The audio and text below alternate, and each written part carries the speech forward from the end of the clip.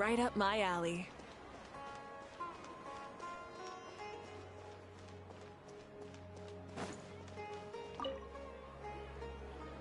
Perfect. It's you two. I have a commission here that has your names written all over it. In fact, I'd even go so far as to say you're the only ones for the job. The only ones for the job? Huh. If our help is really that important, it's probably some Archon class commission, right?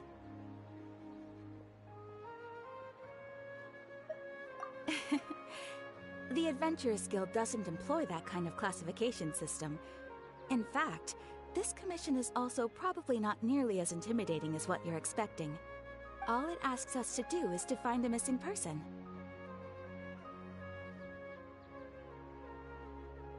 Huh? Then why did you say we were the only ones for the job? I came across this commission while reviewing our backlog not too long ago. It seems simple, but our records indicate that over a dozen successive efforts to complete it have all ended in failure, despite attempts by several accomplished and renowned adventurers. With the reputation of the Adventurers Guild and the performance of the Sumeru branch at stake, it's in our best interest to assign this commission to the adventurer with the highest completion rate over the past few years. Well, that's us for sure.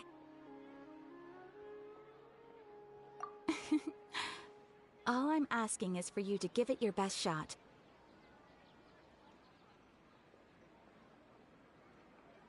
If it proves to be beyond your capabilities as well, I'll talk to the commissioner about canceling the commission. Okay, so who are we looking for? And what is it about this commission that's made it so hard to complete? This commission was jointly issued by the residents of Vimara Village. They say one of their own villagers has gone missing. But the problem is, they don't know the missing person's name. They can only provide information about his general appearance. They're all from the same village, but they don't even know his name?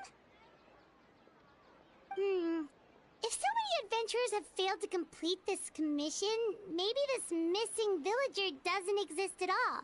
Could it be some sort of a prank or something? Unlikely. Several villagers came by to issue the commission, and judging by their appearance and tone of voice, they seemed incredibly sincere. It certainly didn't seem like a joke to them. Besides, putting up a commission requires a processing fee. There aren't many upsides to a prank that costs Mora to carry out. In any case, it would probably be best to go to Vimara Village and ask around first. The Adventurers Guild does have some information on hand, but I would say anything you can learn directly from the villagers would be far more reliable. The best way to avoid misdirection is to go to the source. All right then, let's go! I'm starting to get really curious about this whole thing.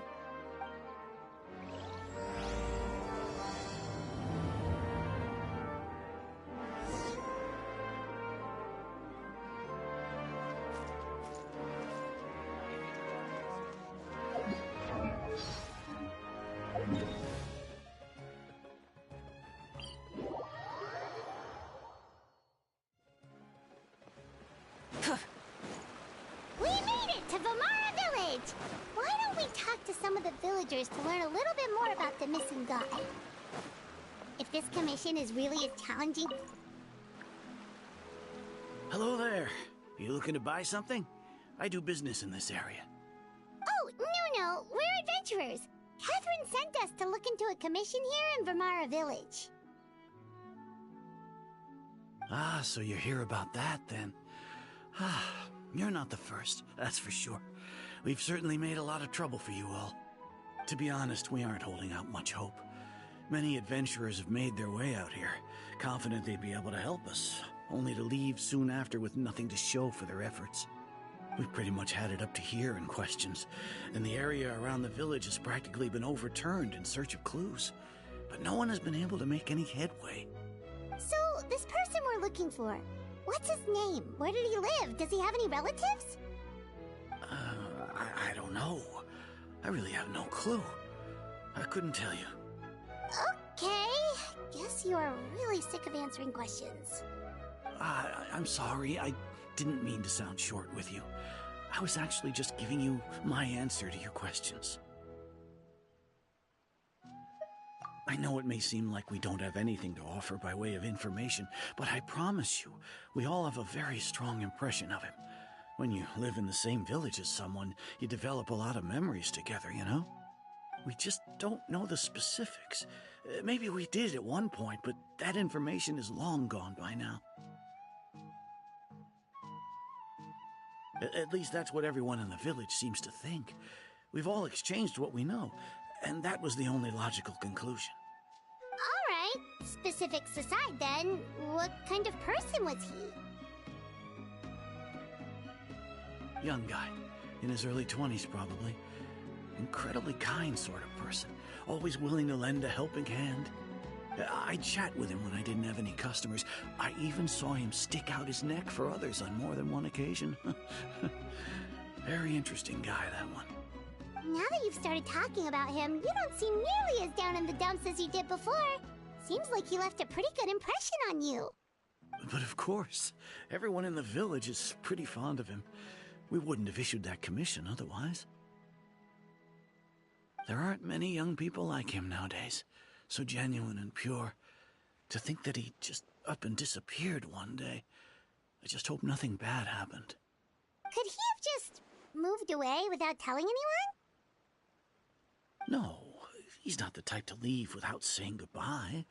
And anyway, moving away without being seen by a single person in the village, there's no way he would have been able to manage that. Huh. Alright, thanks for the information. We're gonna go ask around some more.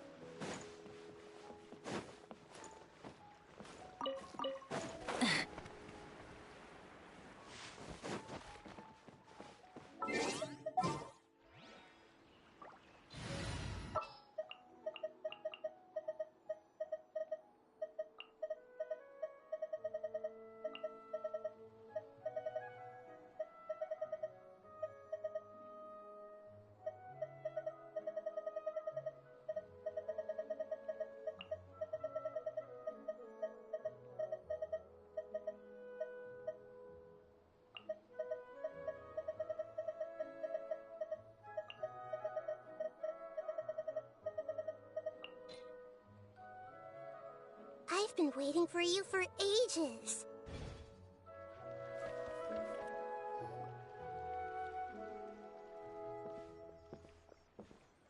It's that guests I hear. Hi, Grandpa Amadea. We're here to help you look for the guy that's gone missing. Ah, so that's what brings you to these parts. Coming all this way for our sake. That's so very kind of you. With your help, I trust that young man's case is in good hands.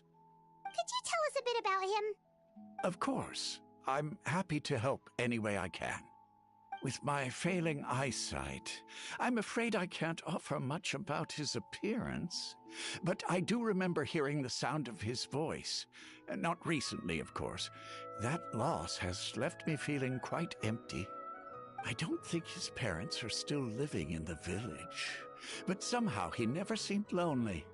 In fact, he was usually the one offering companionship to others.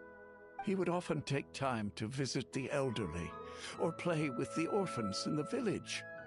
And whenever someone had something on their mind, he was there to listen with open ears. He always knew just what to say. As the village chief, I owe him many thanks. Helping villagers navigate difficult moments in their lives should have been one of my responsibilities. But he was often the one rising to the occasion. Wow. He seems like such a nice and gentle person. No wonder his disappearance affected you all so much. But, you wouldn't happen to know any details about his name, address, or family situation, right? I'm ashamed to admit it, but I just can't remember. No matter how you look at it, I should know those things. But for some reason, no matter how hard I try to remember, the information just doesn't come. Perhaps my age really has caught up with me this time. It's okay. There's no need to force yourself to try and remember. We'll figure something out.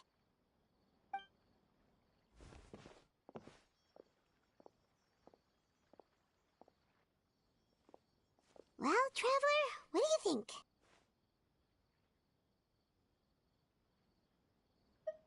Paimon thinks so too. Like, the name thing. It's so weird that no one remembers his name. And nobody has been able to tell us anything about his family or where he lived? Wait, so you're saying it's not that he's been erased, necessarily, but more like he never existed to begin with? Okay, Paimon's gonna need some time to process that one. Someone who only exists in people's memories?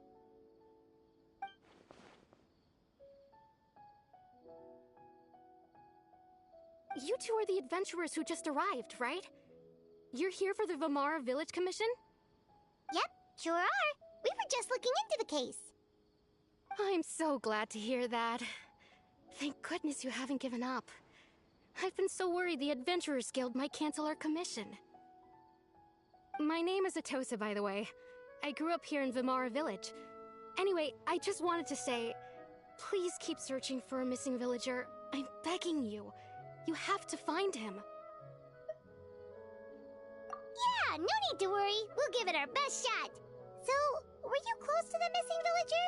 Are there any leads you can give us? I'm not sure this counts as a lead, but follow me. There's a place I'd like to show you.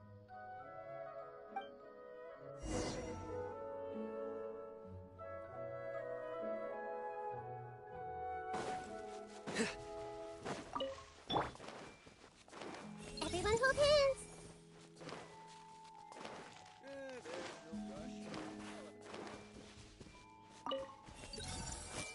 Hey!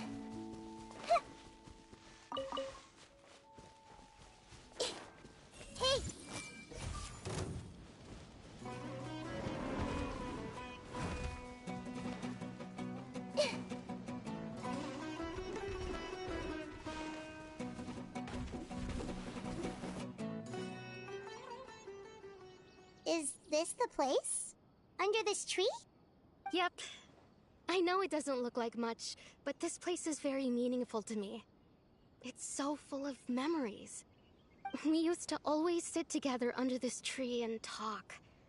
Sometimes we would look up at the clouds in the sky, or stop to feel the wind against our skin. We could sit there for hours at a time, never realizing how long it had been. I was actually adopted by the people of Vamara Village. The forest rangers found me in the woods as a child. I was surrounded by such good people, and growing up in the village was so lively. Still, there were times when I couldn't help but feel incredibly alone. Alone? How should I put it? When something's bothering you, or when you have good news to share, you always want to talk about it with somebody. But for the longest time, I didn't know who I could talk to, or if I should say anything at all. Everyone has their own problems to deal with. Even if I might want to confide in others, I don't want to become a burden. Really? You know exactly how I feel?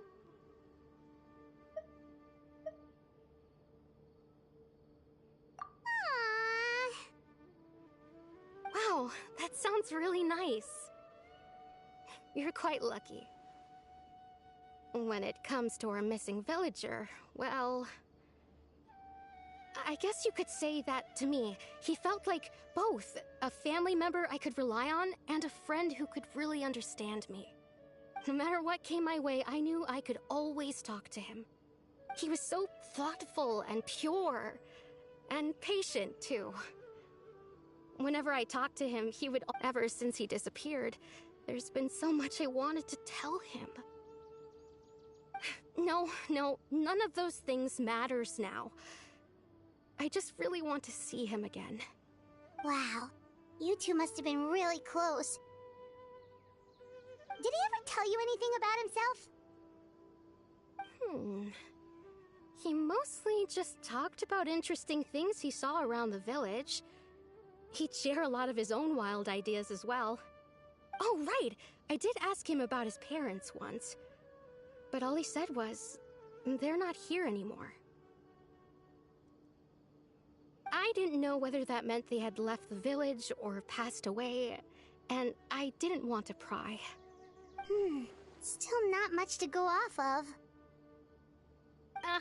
Look at me. Talking your ear off and still nothing to show for it. I'm sorry I wasn't more help. The last time I talked this much in one go was when we were still together. Come to think of it, every time we talked, it always seemed to be around dusk, just like right now. Time always passed by really slowly. Even when it felt like we'd been talking for hours, the sun would still be at the same position in the sky. Well, time always seems to pass slower when you're relaxed, right? What's wrong, Traveler?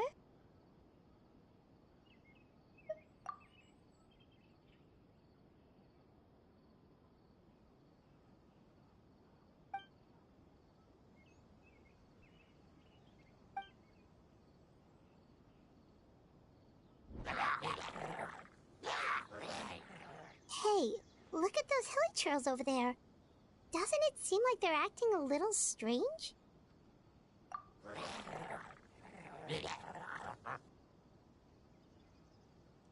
The Abyss Order. Could they be the ones behind all of this?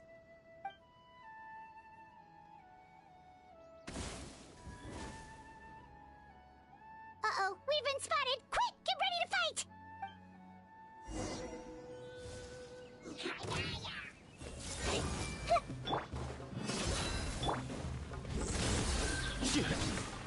Your sins weigh upon your soul.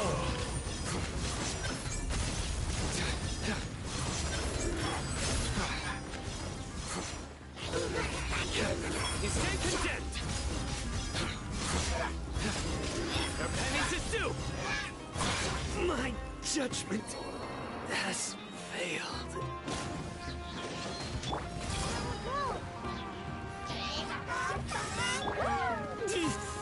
That's my time come.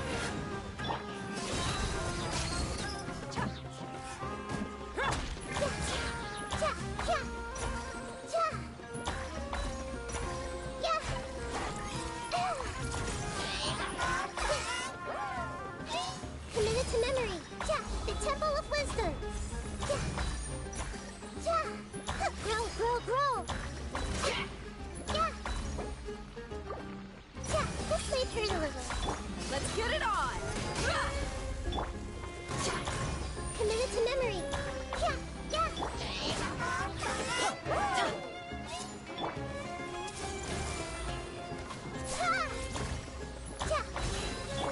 You're dead meat!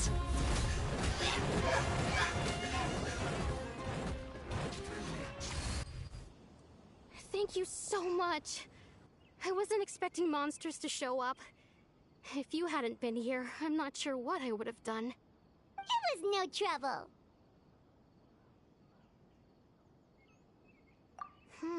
Now that I think about it, the hilly trolls around Vimara village have been a lot more active lately. They seem agitated and would often attack anything in sight. Chief Amadea doesn't allow the children to play in the area around the village anymore.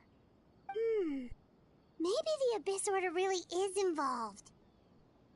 Well, we should head back and check out the situation in Vimara village just in case.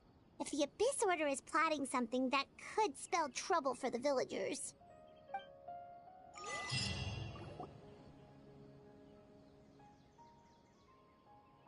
Wait a second. That person! It's Dainsleif!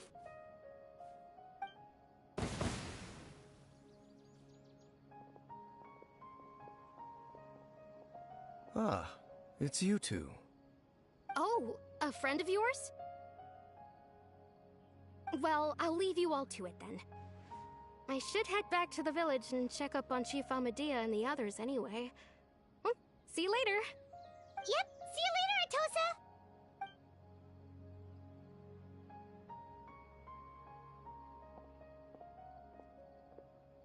Why do you always have to pop up out of nowhere like that? Is it your life's mission to jump scare us or something? It's hardly personal, or intentional for that matter. As long as you and I are both in pursuit of the Abyss Order, we're bound to cross paths. Ah, so you're here to investigate the Abyss Order then. That would explain the monsters you were fighting just now. Naturally. Hold on. Are you not here for the same purpose?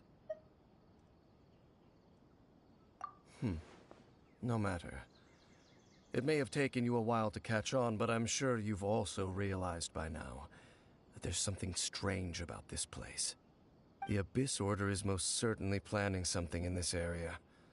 Or worse, their plan could already be in motion. So you think the Abyss Order is behind the hilly trail activity in the area? As things stand, I highly doubt that is their primary motive. I would imagine the increased hilichurl activity is merely a byproduct of whatever it is they're really trying to accomplish. Still, the hilichurl activity is causing a lot of problems for the people here. We should stick around for a while and protect the village, don't you think? The best way to protect them is by figuring out what the Abyss Order is truly planning. That is how we prevent further tragedy. And you shall have them. I never intended to hide anything from you. Don't worry. There should be ample time to talk.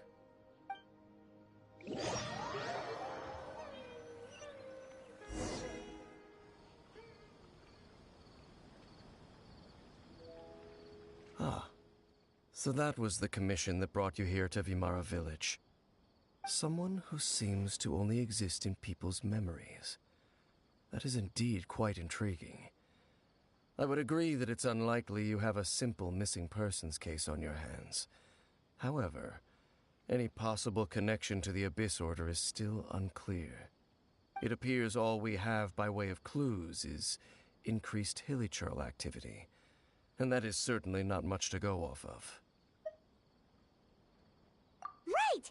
That mysterious voice she heard in her brother's memory. The one who called himself a sinner. Who is he?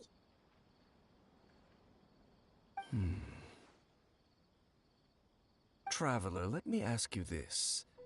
Do you believe your sibling to have betrayed you?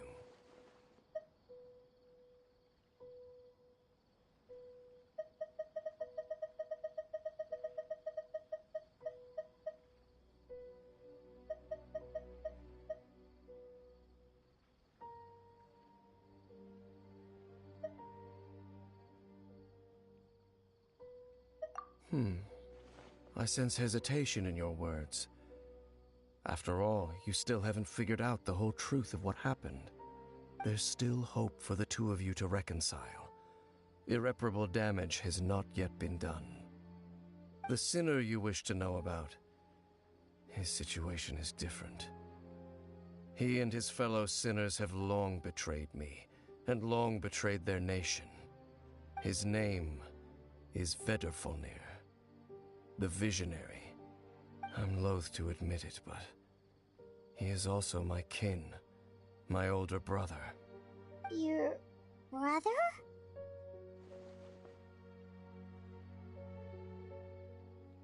There were 5 of them, the 5 sinners of Khanria. The wise, Roptatir. The visionary, Vedrfolnir.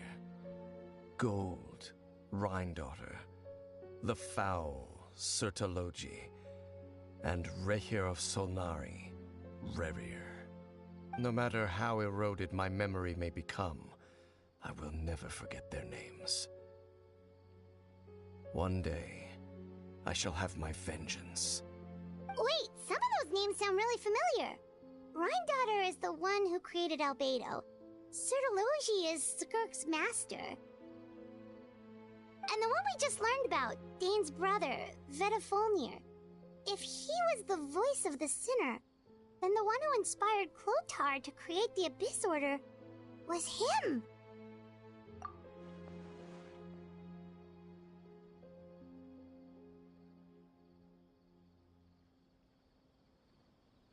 They were once people of great esteem in Canria, those who carried the hopes of the nation.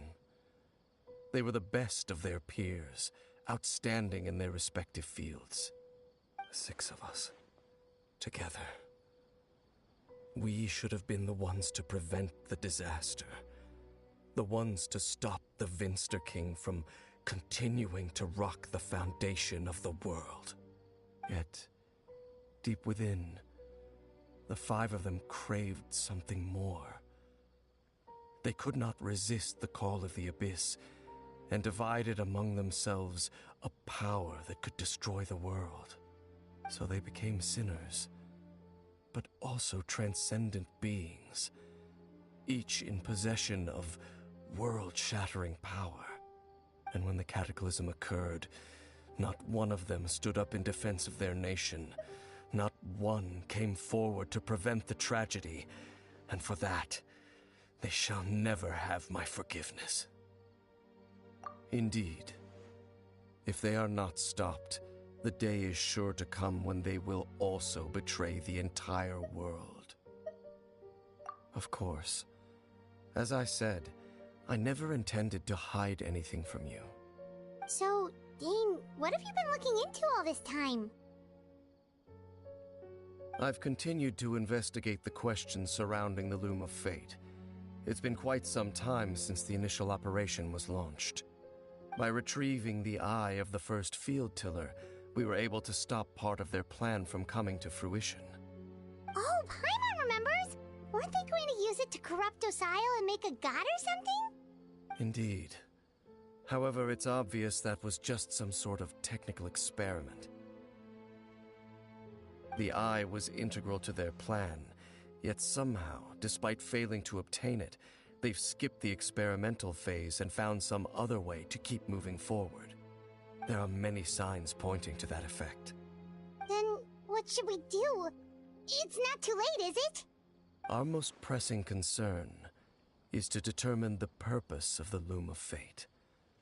From there, we'll be able to deduce the Abyss Order's true objective. Based on the intel I've gathered so far, I suspect the Loom of Fate is related to the ley lines in some way. The ley lines? Traveler, you were able to observe your siblings' memories last time, yes? I believe that was due to the fact that the ley lines in that area were unstable. My recent investigation has shown that Abyss Order activity in a particular area is usually followed by a series of issues with the ley lines. Wait, then our commission here in Vimara Village, the person who seems to exist only in people's memories, could it be connected?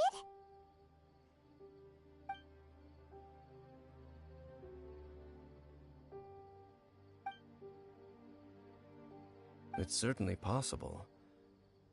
I'll join your investigation tomorrow. This missing persons case could very well turn out to be the key to unraveling these mysteries. Well, if we're teaming up with Dane again, we're gonna need all the energy we can get. Let's try investigating somewhere a little further away tomorrow.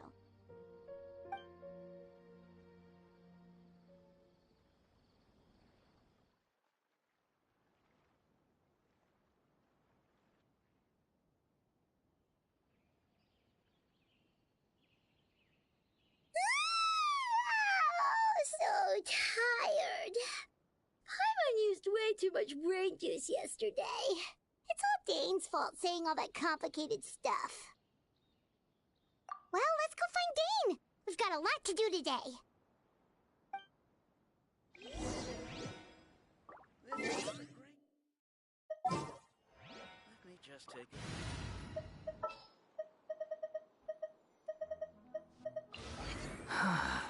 What do you want from me?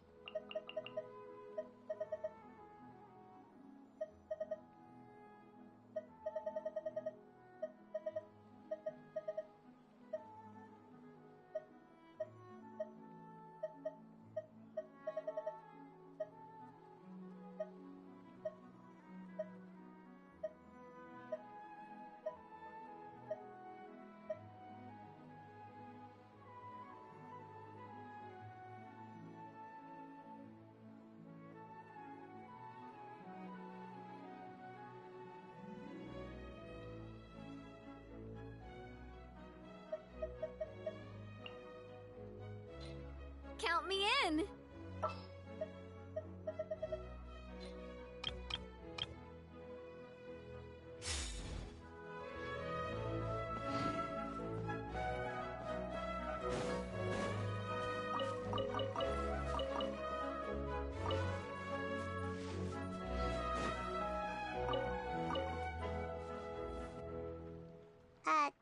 Dane?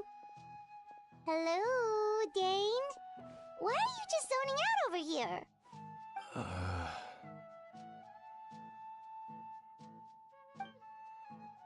Did something happen? The missing person from your commission. Could you describe them to me? Oh, young guy? Early 20s? Seriously, Dane, what's going on? There appear to be certain memories in my mind that aren't there before. Memories of him. Maybe we just talked too much about him yesterday and you had a weird dream or something? No, it wasn't a dream. They're memories. Memories that suddenly appeared in my mind after I woke up. And I'm certain I've never met this person before. I remember handing him the eye of the first field tiller. What? Okay, so this missing person definitely has something to do with the Abyss Order then! Indeed. And it appears he possesses the ability to implant memories into the minds of others. Wait then. All the memories the villagers have of him, could they be fake too? Maybe they never knew him at all. But why would he do something like that? Whatever the Abyss Order is planning, an important truth has been revealed to us this morning. What sort of truth? That their goal is still to obtain the eye of the first field tiller. They haven't stopped searching for it. I am the only person who knows its location. Perhaps implanting that particular memory was an attempt to interfere with my mind in some way. Your concerns are not entirely unfounded. I don't believe the Abyss Order is capable of altering reality like that just yet. However, considering their single-minded pursuit of the eye, I would say an equal level of caution is in order on our part. Come with me. We must check whether the eye is still in our possession. Oh, so you're going to take us to where you hid it?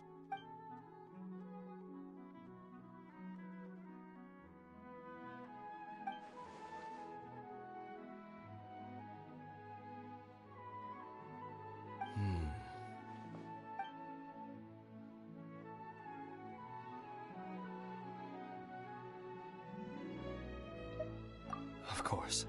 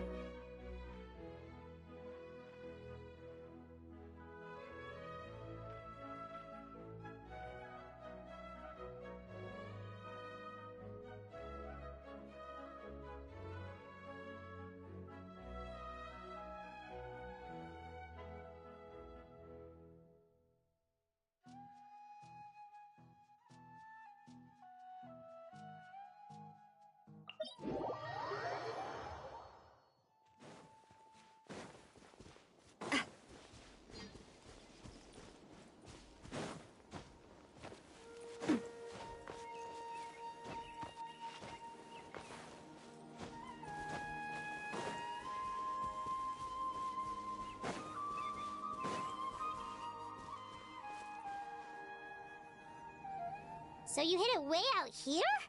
Not an easy place to discover, that's for sure. Well, let's go check to see if it's safe. Traveler, wait.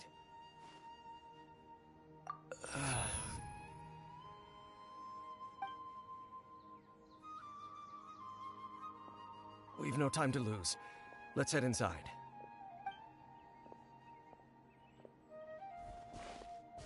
Hey, wait up!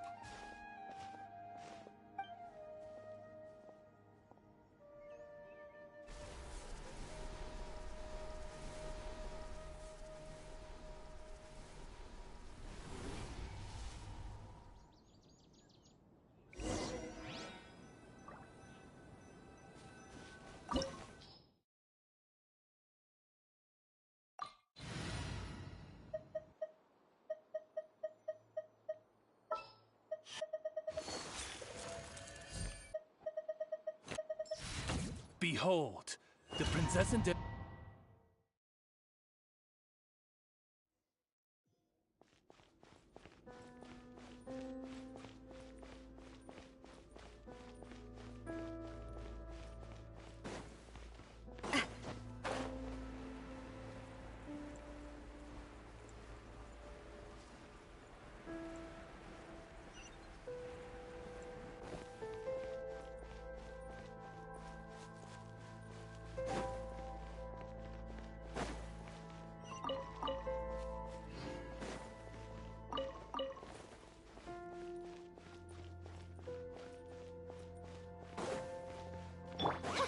Odds for me. Stabilize! I will have order! Haha! Feeling lucky?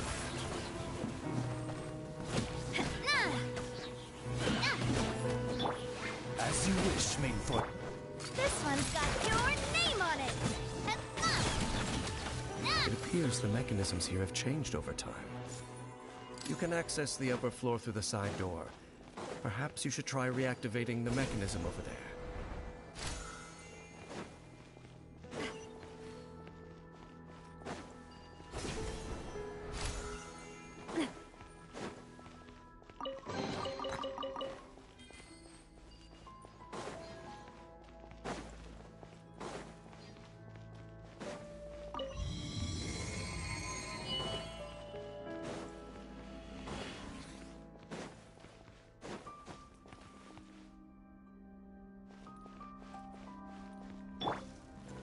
Gather!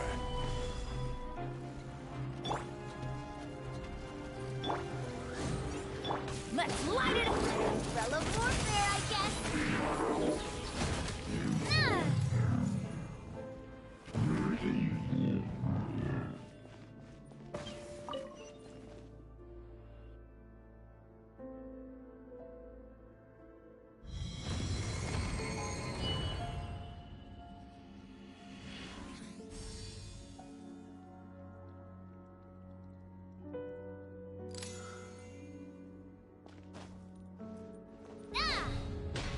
Make sure all the runes are pointing in the direction indicated by the light.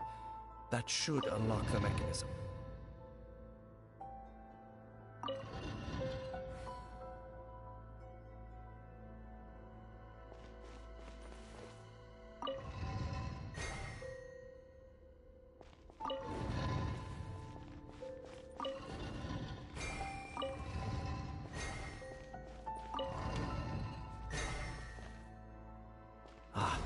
The door's open. Let's go. Our destination is just up ahead.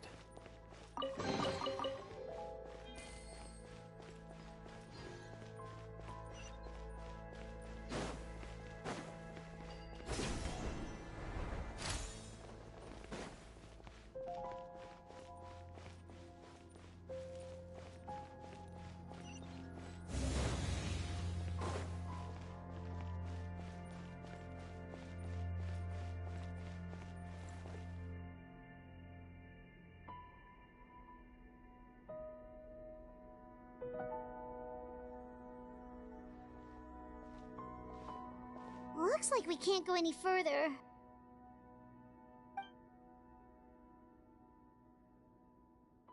Be on your guard.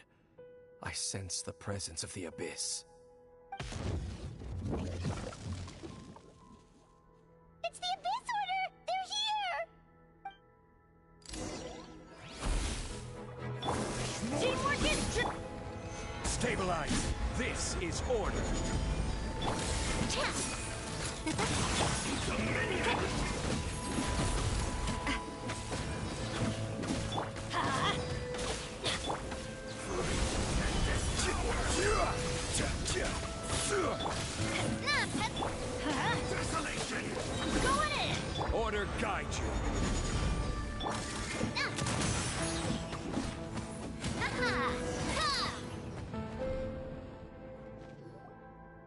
It's as I suspected. The false memories were a trap. The Abyss Order just wanted to follow us here.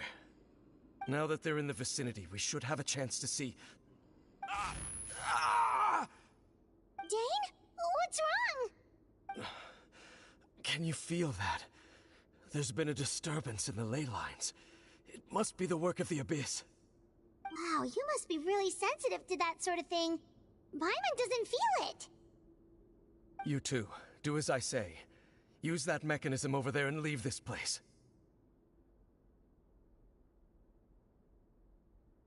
The Abyss Order is putting something in motion. If you return to Vimara Village, I suspect you might finally have the opportunity to locate the missing villager. Just think of it as a way to divide and conquer.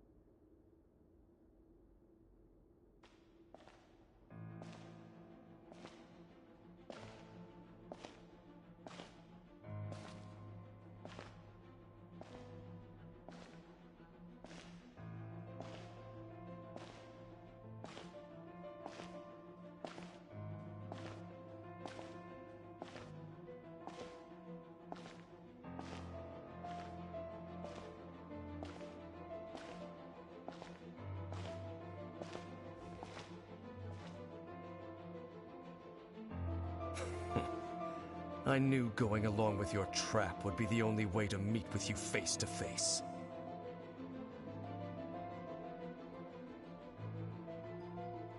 You risked your safety, and that of the Eye.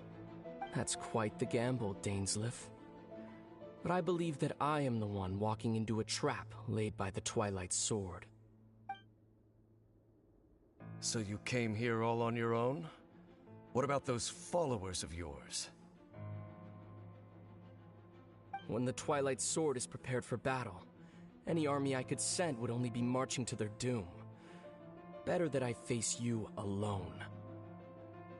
I know you must have a lot to say, but if it's a conversation you want, you'll have to defeat me first.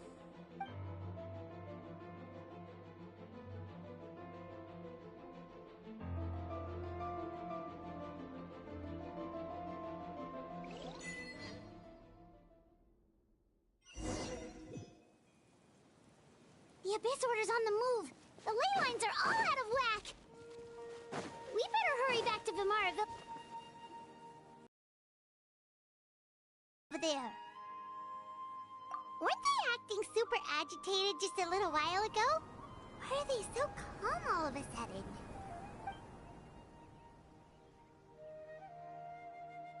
In the New World, they bade farewell to the shrouded sun. At last, they no longer needed to dwell on their suffering. Such was the price they paid, and thus their souls became cleansed and pure. Did you hear that? What was that? It sounded so gentle. Could that voice be comforting the hilly trills in some way? Oh, this is weird. Let's check if this is happening anywhere else.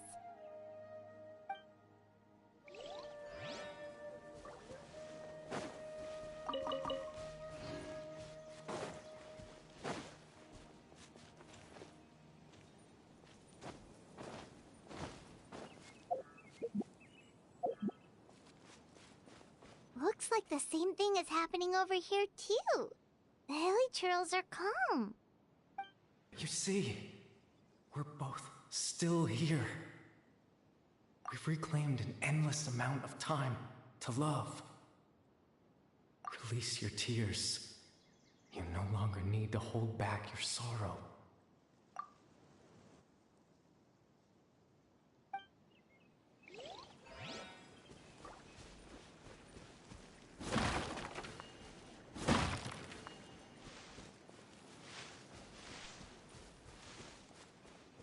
Over there. It looks like they're sleeping. In the end, he whispered, softly. Sleep well, Father. When you awake, that which differentiates us shall be no more. It almost sounds like a poem or some kind of story. Well, now that the Hilichurls have calmed down, Vimara Village should be safe at least.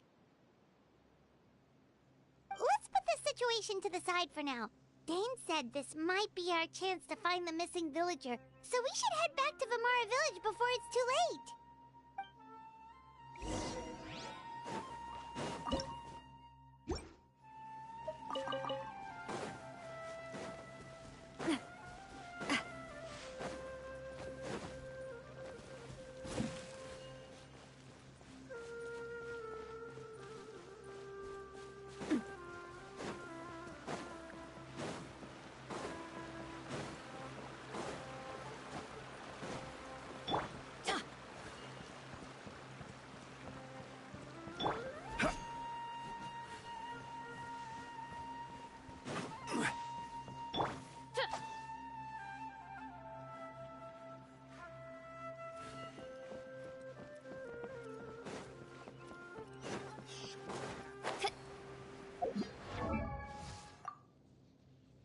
I create.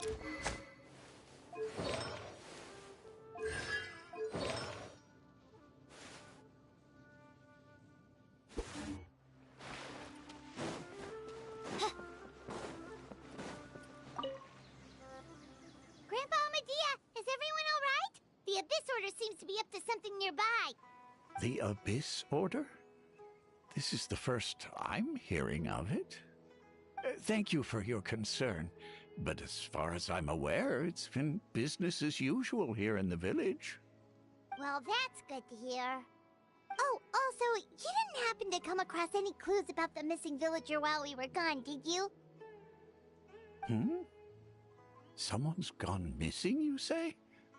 Who would that be? Huh? You know, the young guy from Vimara Village.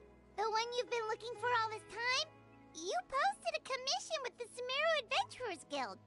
That's kind of the whole reason we're here, actually. Your missing persons commission.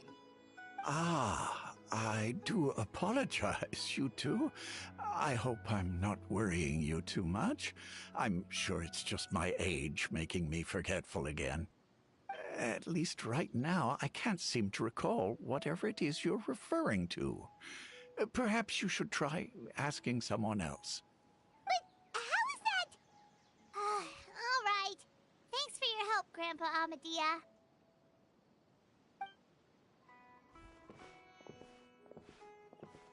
Something's definitely not right. We just talked to Grandpa Amadea about the missing villager. There's no way he could have forgotten all about him just like that. What do you think, Traveler? Could everyone's memories of the missing villager have been erased again? You're right. We should narrow down the possibilities first. Let's go ask someone else then.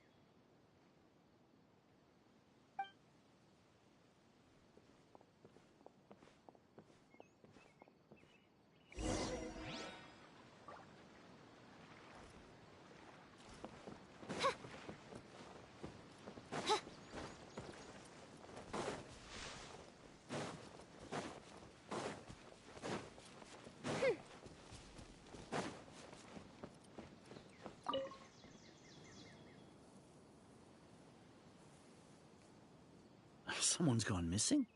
Who? Just as expected. That guy you said a bunch of nice things about earlier? The one you always used to chat with. He's around 20 years old, and you said he was a kind, warm-hearted person? Oh, I know who you're talking about. Really? You remember? There aren't many young people who've earned that kind of praise from me. If you're certain that's what I said, then there's only one person who fits the bill. No doubt about it. But why'd you say he's gone missing? Yeah, I just saw him leave the village. There was someone else with him, too. They couldn't have gone far.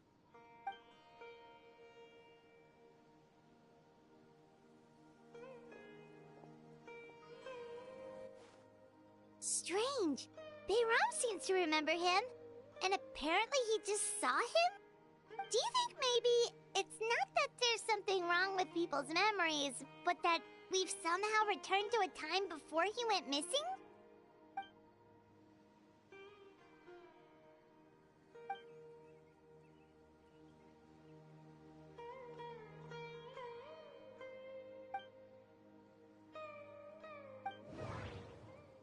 Just like what happened with Greater Lord Rukkhadevata, no one remembers him, because there's been a change in people's memories.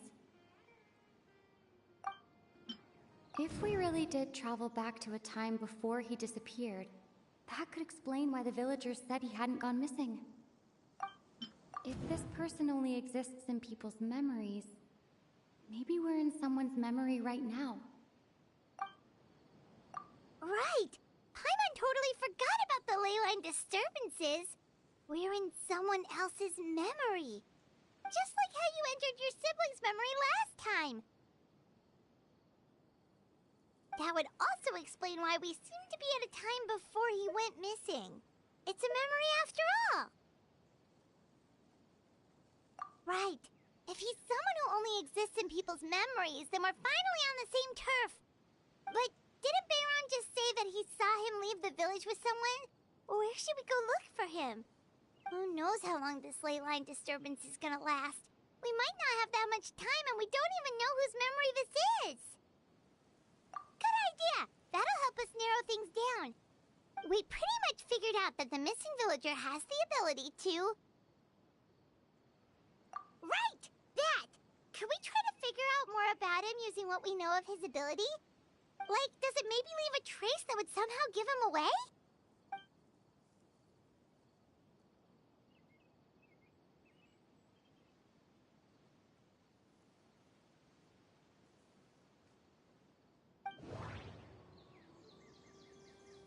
All the memories seem to be set in or near Vimara village. But I'm still not sure if they're restricted to this location. If time was allowed to pass within the false memories, there's a higher chance they might conflict with someone's original recollection. That would make it much harder to avoid suspicion. There's a difference between memories that arise from lived experiences and those that are implanted into the mind. Perhaps it has something to do with time. Maybe not. We don't have any way to prove whether certain memories were simply forgotten or never existed in the first place. No wonder! All this time and the sky hasn't changed a bit! That must mean time isn't passing! That's the tell of the fake memories! The implanted memories are basically taking place outside of the regular 24 hours of the day. If the memories included the regular passage of time, it would be easy for people to tell that something was off. Like there could be overlap or something. People might start to wonder why they remember doing two different things at the same time of day. That's why he makes sure the memories take place at a specific moment in time rather than over a period of time.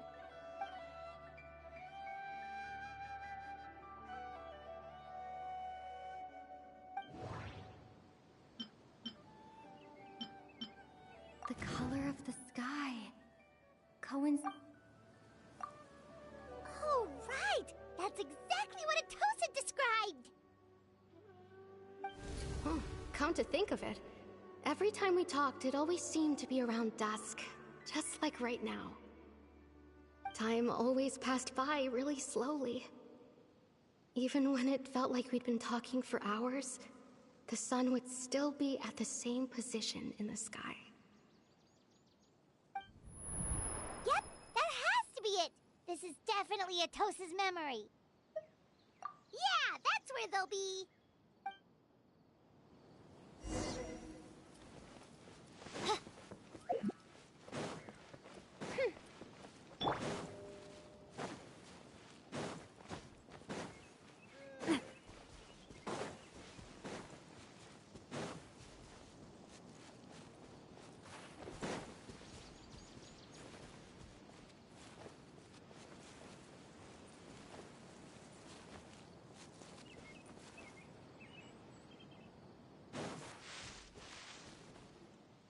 So, you see, Granny Jahiet was a mercenary when she was younger.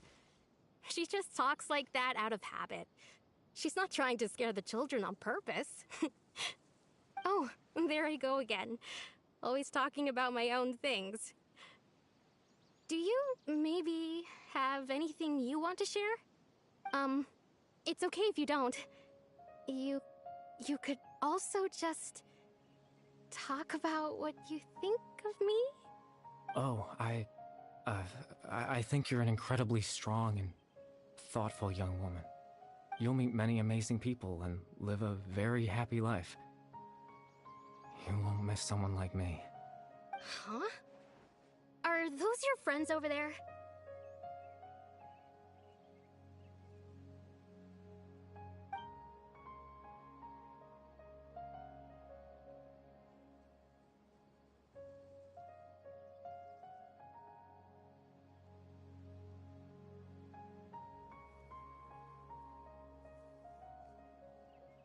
Oh, right! This version of Atosa hasn't met us yet! Friends? I guess you could say that. It must have taken them a lot of effort to find me. So, I should see what they need. I'm sorry, Atosa. We'll have to continue this conversation another time. Another time, huh? Yeah, okay. I'll head back to the village then. Talk to you some other time.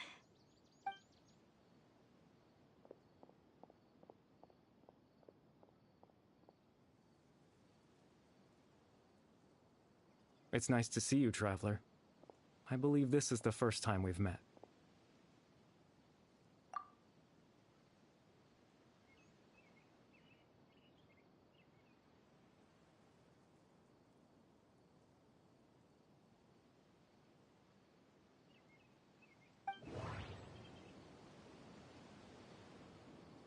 The founder of the Abyss Order. The man who broke the curse of immortality. Born into abject sorrow, he shall now become the Loom of Fate. Dane's brother, one of the 5 sinners of Conria.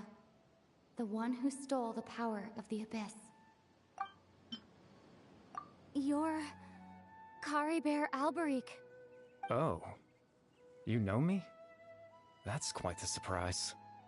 I don't believe I've met you before. Oh, I see.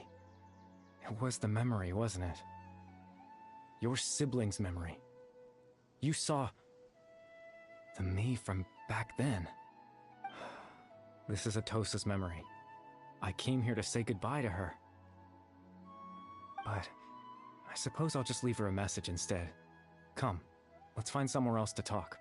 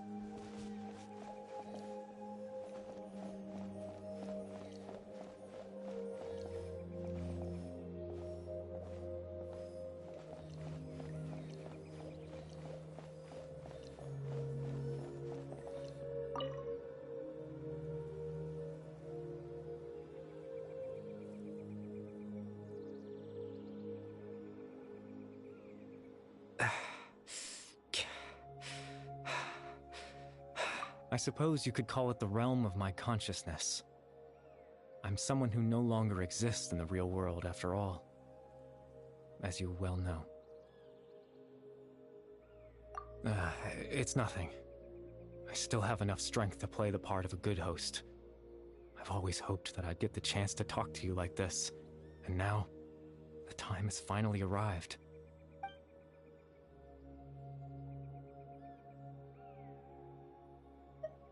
Extreme sorrow and pain. Hope and regret coursing through your veins. And a degree of abyssal power that defies comprehension. Father told me that once I possessed all those elements, I would become the loom of fate.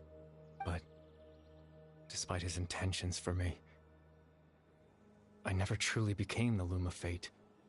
I was merely used as a means for its construction. In truth, I died the moment I set everything in motion. The person you see before you now is nothing but a remnant of consciousness left over within the loom of fate.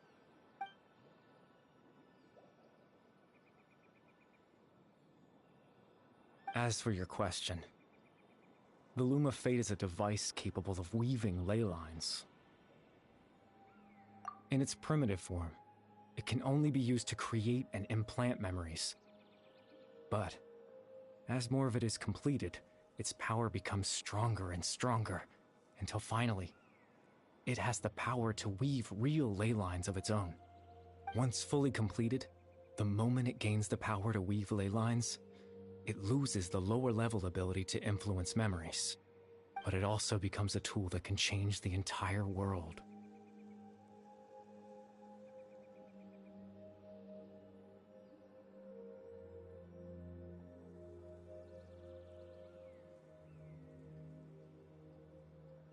Yes, I have the ability to control the loom in its semi-completed form. I suppose you can think of it as a form of compensation.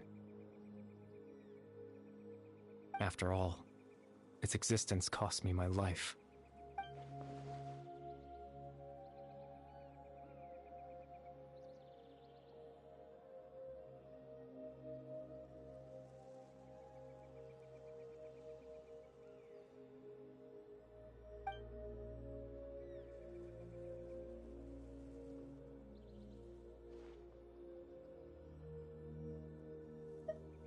Ah, that. I was wrong to implant those memories. I'm sorry I caused so much trouble. Not only for everyone in the village, but for you as well.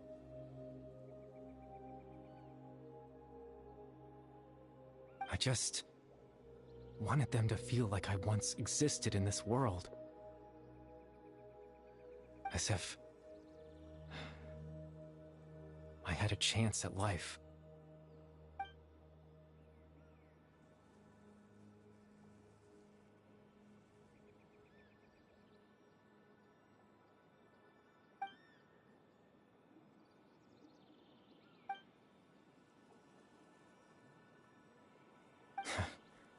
I know what you must be thinking. Why would I do something so meaningless?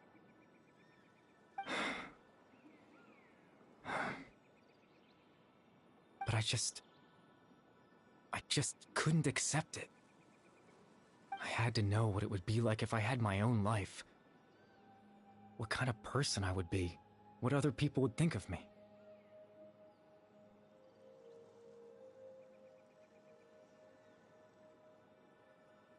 Chief Ahmadiyya, Baram, Granny Jahiyat, Atosa. What would it be like if I could live alongside them? No cataclysm, no curse. Just a quiet life in a peaceful village. I was curious, so I selfishly tried to have my own life. Even if that meant piecing together the version of myself that could have been. One memory at a time. I know it sounds stupid. After all, my life ended a long time ago.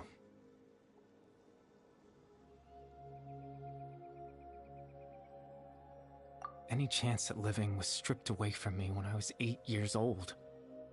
My consciousness left to mature in an illusory world of nothingness.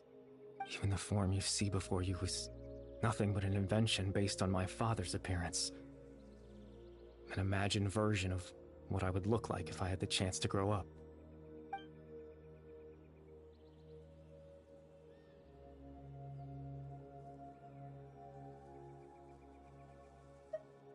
I know. But there's nothing I can do to make them find me. If I could exist in the real world, I would return without a second thought and surprise them with the suddenness of it all. But, well, that's not possible for me.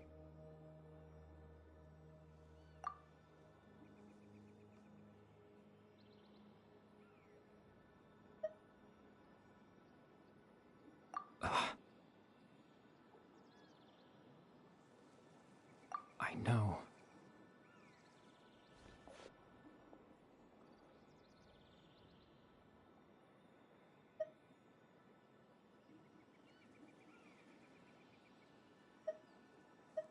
Captain Dainsleif. Twilight Sword, you mean? No need to meet up with him. Things should already be settled on his end.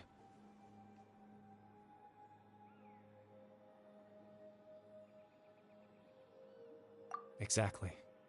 As someone who could only exist in people's memories, the fact that I'm able to talk to you in my consciousness like this can only mean one thing. The Loom of Fate has already been completed.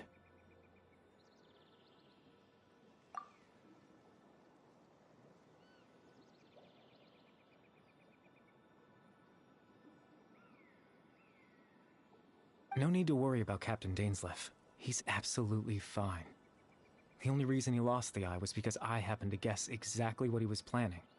Captain Dainsleif has had the eye inside his body this whole time, hasn't he? His plan was to lure the Abyss Order to a false location, capitalizing on their pursuit of the eye in order to have the chance to confront the prince. He would then hand the eye to you and tell you to take it away from that location.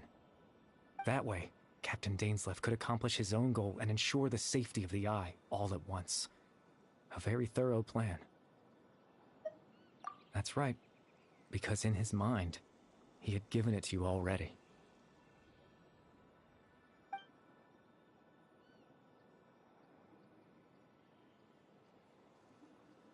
Before you two entered that false location. Traveler, wait.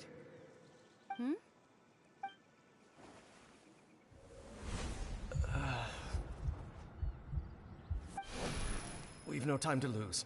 Let's head inside.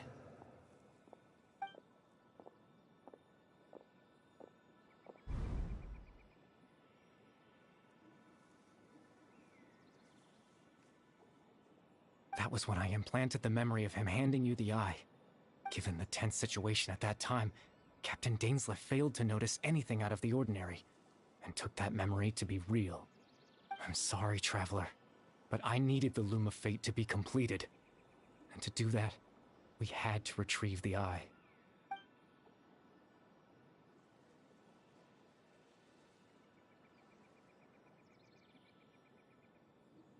I promise I'm not trying to conceal anything from you, but I truly have no idea what the Prince is planning. Tevat's ley line system is deeply entrenched in the planet. Creating new ley lines can neither replace nor extend the ones that already exist. In the face of everything they could be planning, I fear I'm too insignificant to even get a glimpse of the bigger picture. In any case, I had my own use for the Loom of Fate, and my goal, at least, has been achieved. You remember my father, don't you? Clotar Alberic. I believe you saw him in your sibling's memory. After he used the power of the Abyss to restore consciousness to my hilichurl form, I suffered from an indescribable level of mental anguish. To comfort me, my father told me a story, that this was a fairy tale world where I had to take on the form of a little monster. That story managed to dispel my fears, even if just for a moment. My goal was simple: to use the Loom of Fate in its near-completed form, when its ability to create memories was at its strongest, to implant a specific memory into the minds of the hilichurls. In that memory, I would tell them a story, just like my father did for me. It was a story of fairy tales and love. But more than anything, it was the story of us.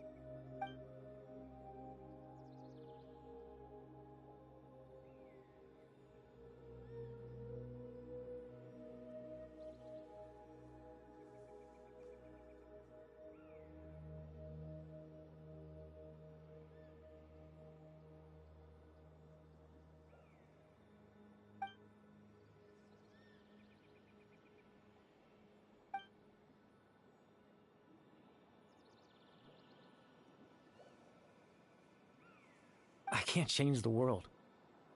Not when I lost the very right to exist within it. Implanting those memories, that was the most worthwhile thing I could offer. All that's left of my existence is a wisp of residual consciousness tied to the loom of fate. In truth, that trace of my consciousness should have dissipated long ago. My goal was the one thing that allowed me to hold on all this time. But now, the bedtime story is finished. And it's finally time to rest.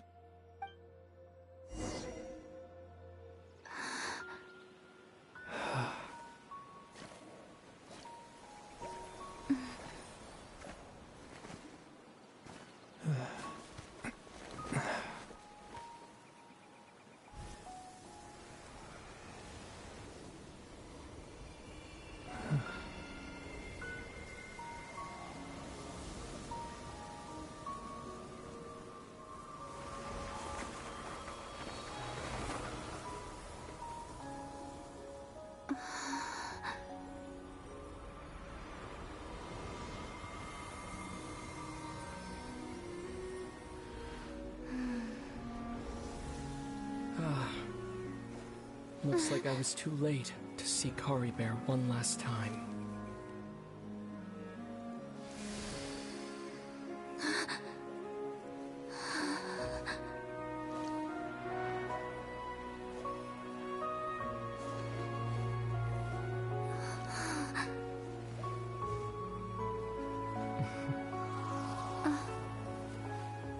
Kari Bear's consciousness is gone, and this space will soon disappear along with it. Neither of us belongs here. That's why we're not tangible. Were that not the case, I'd love to hug you too. Well, how about a conversation?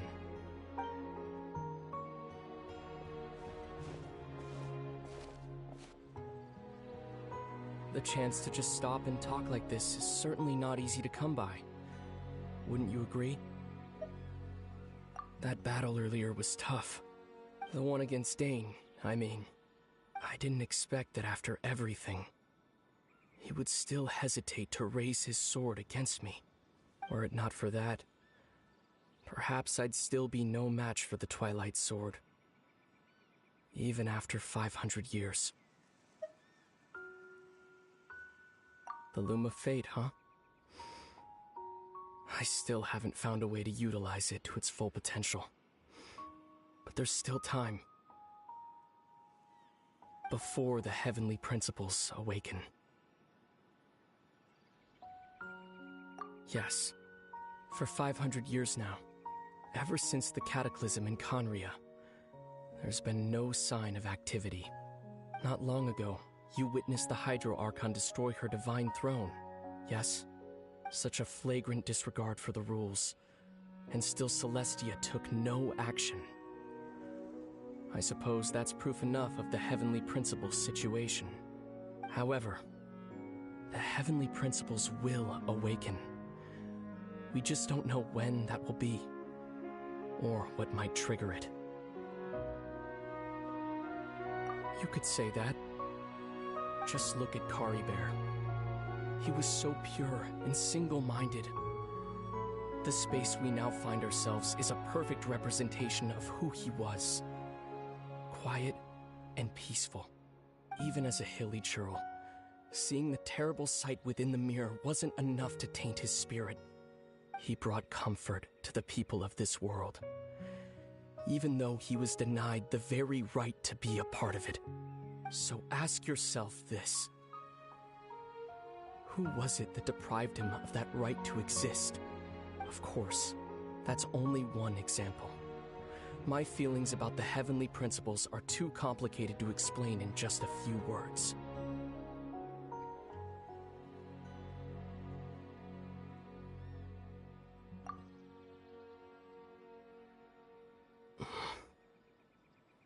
Lumine?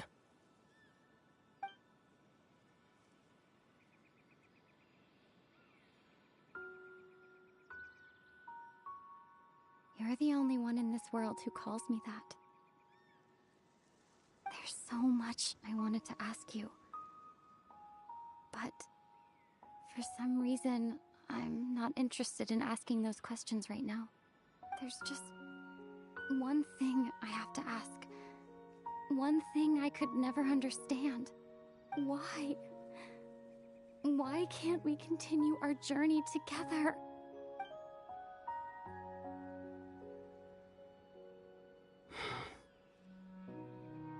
At the end of my journey, I arrived at a place known as the Sea of Flowers at the end. Do you remember?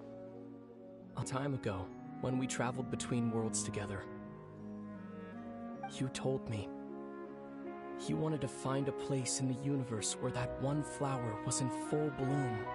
To have a place like that suddenly appear before me? Well, would you think of that as a coincidence? You mean? I miss you too, Lumine. But as this war continues to rage, and as I continue to seek that final answer, I don't even know how to face myself sometimes. Let alone my own sister. What's going on? This space has lost its tether. I doubt it'll be able to exist much longer. In fact, aside from our ability to physically interact with each other, there's something else you should know about this space. With Kari Bear gone, we won't be able to remember anything that happened here. Everything in this space will be wiped from existence, including all memory of our reunion. You're only telling me this now?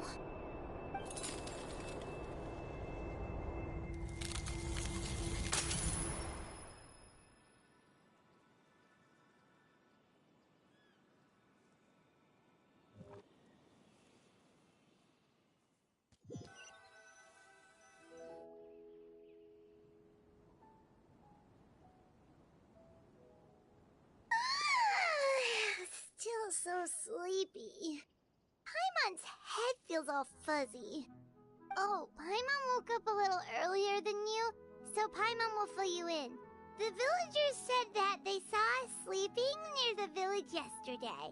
They couldn't wake us up no matter how hard they tried, so they decided to just bring us back here. Oh, and Dane came by just now. It looked like he was injured. He didn't say anything, though. Just made sure that you were all right and left. Kinda seemed like he had a lot on his mind, but that's Dane for ya.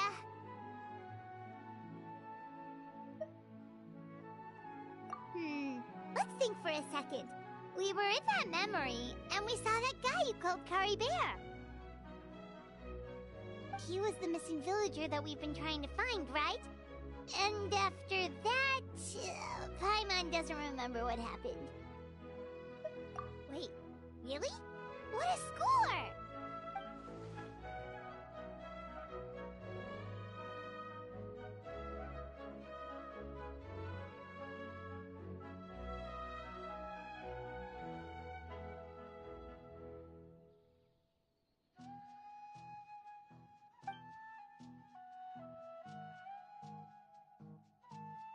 Well, what happened after that?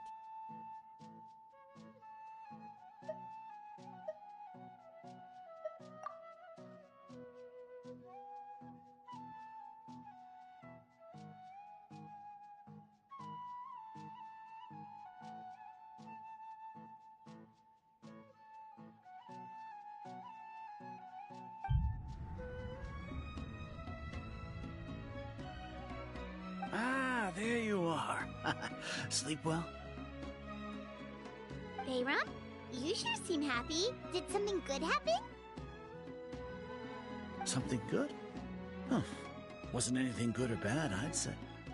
It's just that, well, the village organized another search party yesterday. It didn't feel right to leave all the searching to the adventurers. So there we were, searching away, when suddenly this one guy said it all came back to him. According to him, one day around dusk, he was passing by this one tree outside the village, and he saw our missing villager. There he was, sleeping under that tree all by himself. His parents came a little later to wake him up, and they all left together. They looked like quite a happy family, apparently. And after that, well, we all started to feel like that really is what happened. Kind of strange that we forgot all about it for so long.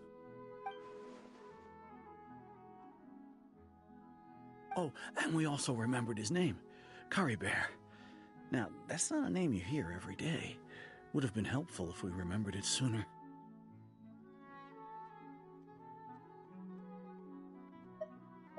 Well, I hope he's happy wherever he is, and we're all relieved now that we know what happened.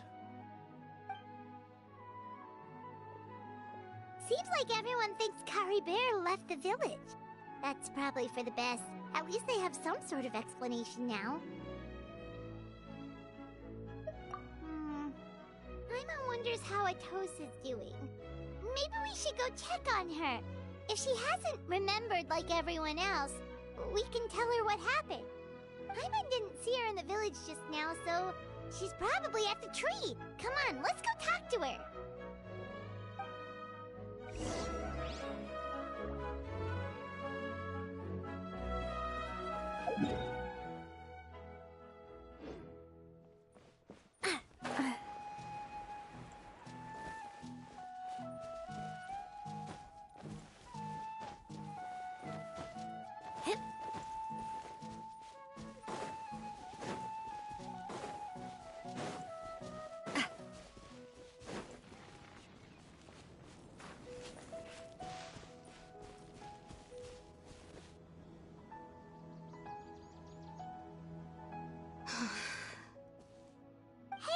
How's it going? Oh, it's you two. I was just about to go looking for you. I wanted to thank you. I was part of the search party, so I remember what happened to Curry Bear now. Honestly, I just can't believe I forgot something so important.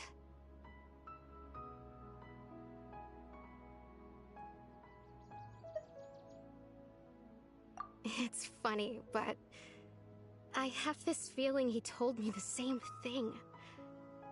I just can't seem to remember when.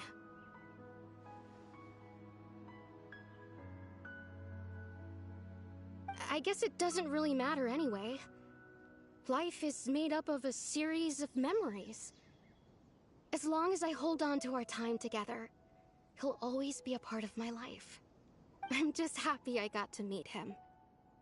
So, who cares what happens in the future, right?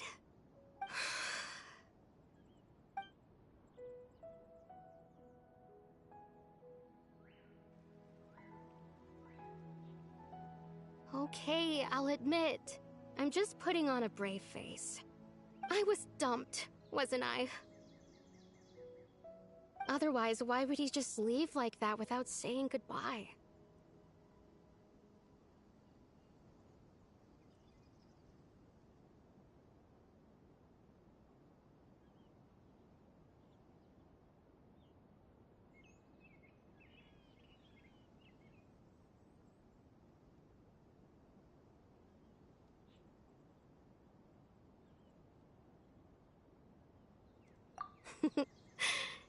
You don't need to comfort me. I'll be okay. It's just like Curry Bear said. It's the things we overcome that make life more precious. And you know, if he has a heart, maybe he'll come back and see me one day. Anyway, thanks for all your hard work, you two. I promised I'd help Granny Jahiet with something, so I should head back. Goodbye! Well, that should be it, right? Everyone's lives can go back to normal now. Oh, right! right! Weren't you about to tell Paimon what happened after your conversation with Kari Bear?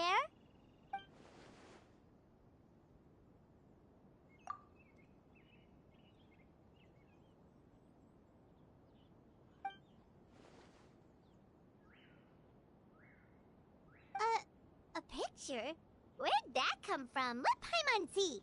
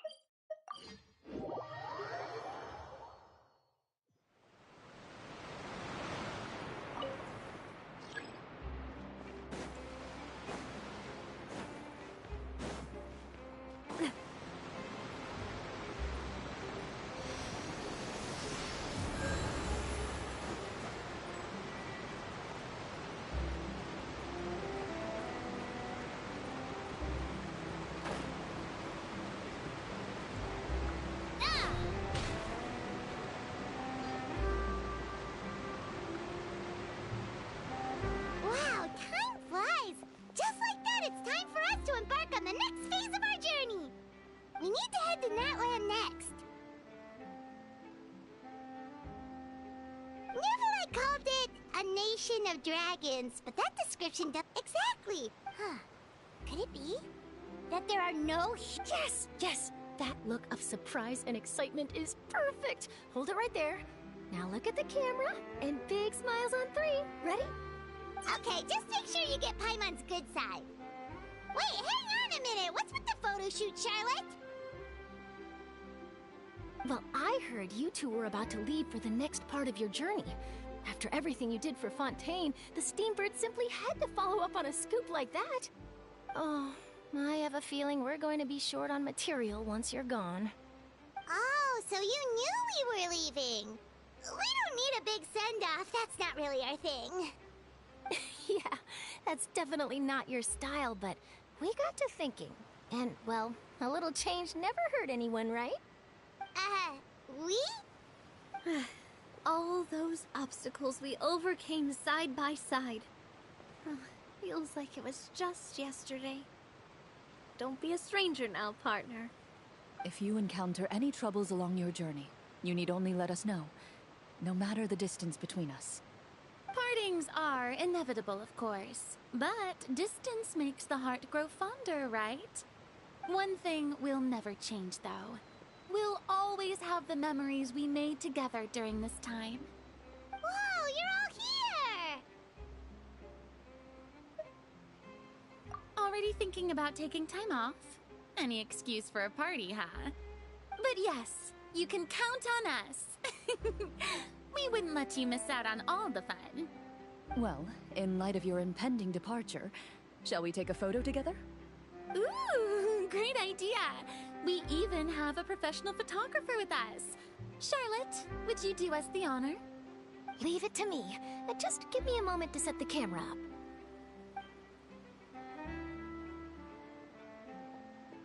Oh, by the way, you're overthinking the whole Natlan issue, Paimon.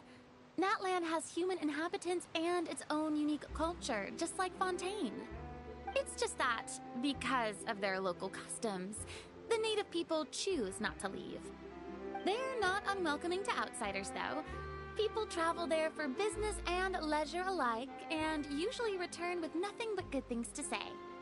Many members of the Spina have visited in the past, too. Well, that's a relief. Hopefully we don't get swept up in any major drama this time.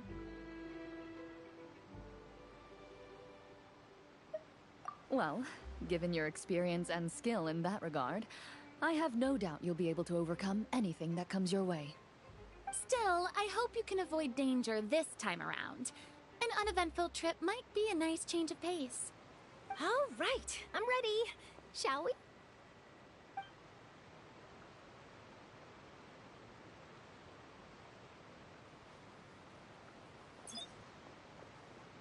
Well then, traveler. Bon voyage!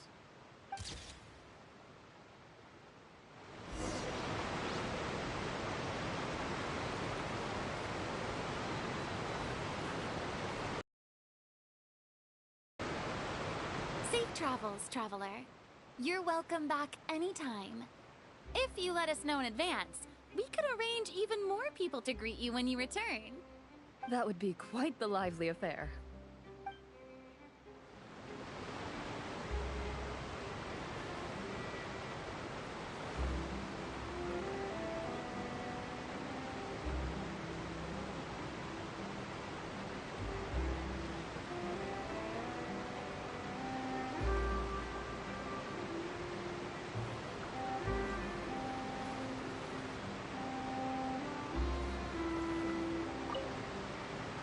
Safe travels, traveler.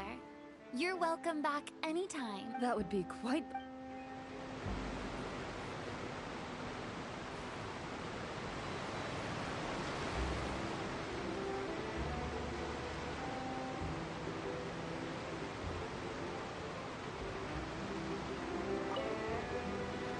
I heard there's a place in Natlan that produces precious stones.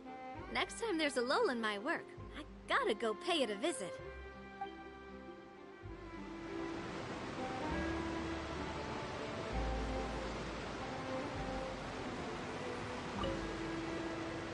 One picture to publish, and one to keep for my...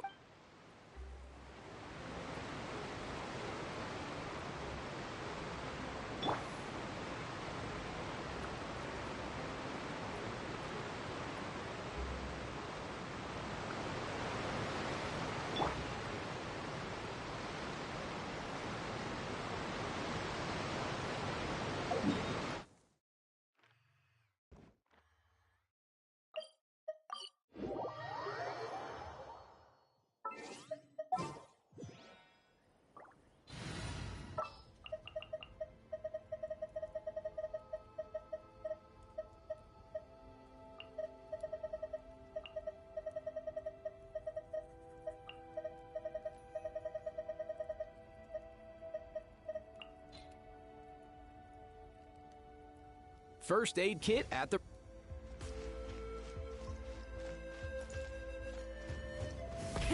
Rev the engines!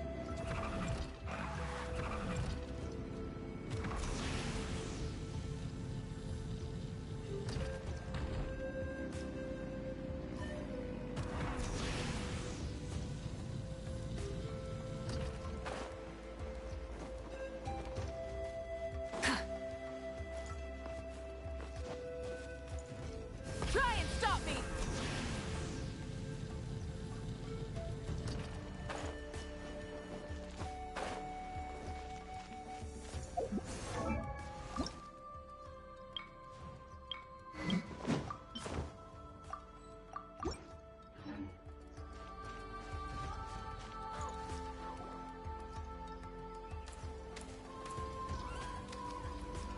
Wow! So this is Natlan! So many strange mountains, and so many animals Paimon has never seen before! Doesn't look like there are any cities around here, though. Where should we start? Good idea! Finding people means we can learn information about the local Archon. And once we've met the Archon, we should have a better idea of what to expect during our journey. Well, Paimon hopes this everyone is easy to get along with. As long as we don't get on their bad side, we should be fine. Come on, let's keep following the road.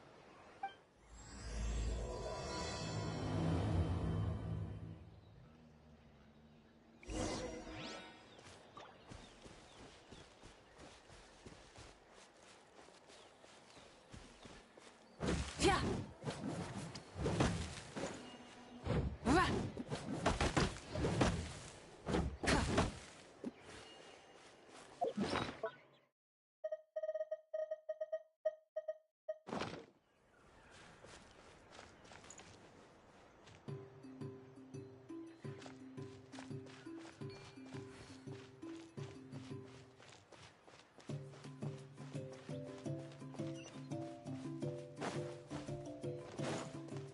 Whoa! Check out those colorful pictures on the walls! We've got to be on the right track.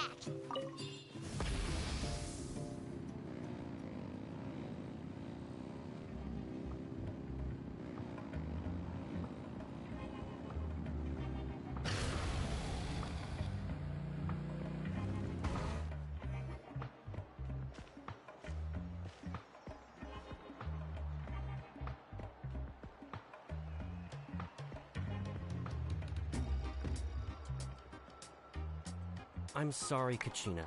I know it's not right for us to go back on our word like this, but Kempoa and I have to do well during this pilgrimage.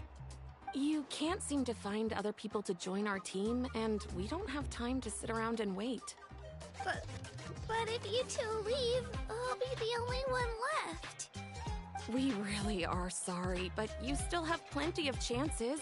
You're young, and you bear an ancient name on top of that. We're just ordinary tribal warriors with years of battle under our belt and no glory to show for it. Not to mention the physical toll of all that fighting. We're no longer in our prime. We barely had a chance last time, remember? We can't expect a better result with even fewer people. Pilgrimage registration closes tonight. This is our last chance to switch teams. Well, alright. I guess it is what it is. I just wish I was stronger. I'm nothing compared to the other ancient name bearers. But never mind. Guess this is just par for the course as Uthabiti, huh? I'm sure I'll figure something out. Well, if we do well this time, there's still a spot for you at the victory feast. Yeah, even though we're not participating in the competition together, we're still friends, aren't we? Of course. Anyway, you guys should get going before it's too late. Go form a really strong team, okay?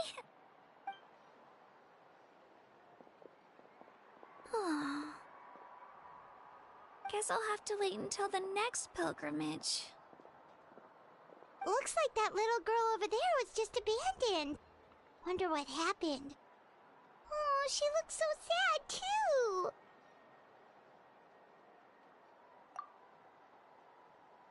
Huh?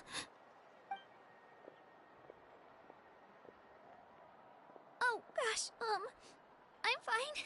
Don't worry about me. Wait, I haven't seen you around the tribe before. Are you travelers? Yep, we just got to Natlan. Oh, welcome, welcome! I'm Kachina, Uthabiti Kachina.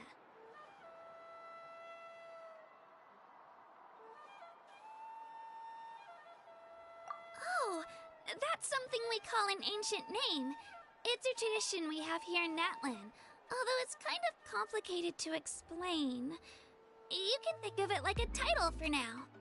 If you're here for the pilgrimage of the return of the sacred flame, you'll find out what they mean soon enough. So, this pilgrimage, is that what you were discussing earlier? Oh, yeah! It's a competition we hold every so often, where everyone competes to try and get the highest ranking. The competition receives tons of attention, so if you place highly, you're guaranteed instant acclaim, and you earn the right to take part in the Night Warden Wars. Basically, the winners become heroes, and that's pretty much everyone's goal around here. So, sounds like a massive fighting tournament or something. Do you have to be in a team to participate? Well, due to the sheer number of participants, the pilgrimage is actually divided into 2 phases. Phase 1 is a team competition. Usually, an ancient name-bearer serves as the team captain and leads their team in various battles around Natlan, with the goal of capturing Sacred Flame. Oh, and an ancient name-bearer is just someone with one of those titles I mentioned earlier. Someone like me. Once the team competition is over, the participants from the winning teams qualify to take part in individual one-on-one matches. Yeah, the scale seems pretty huge. Wait a minute. If ancient name-bearers lead the teams, that means you must be a team captain. Sure am.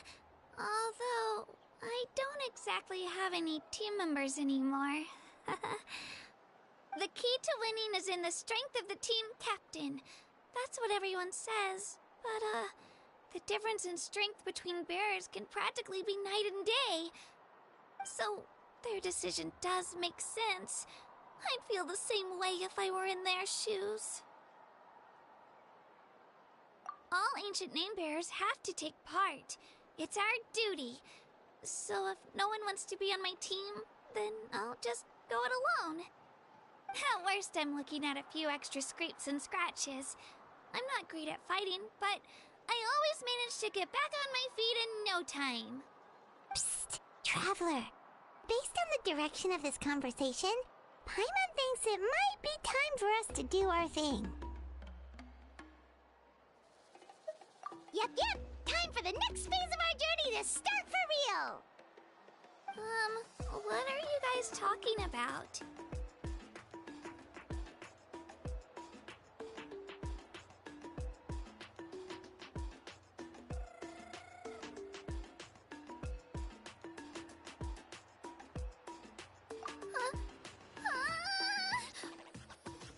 Sorry, didn't mean to freak out on you. I just...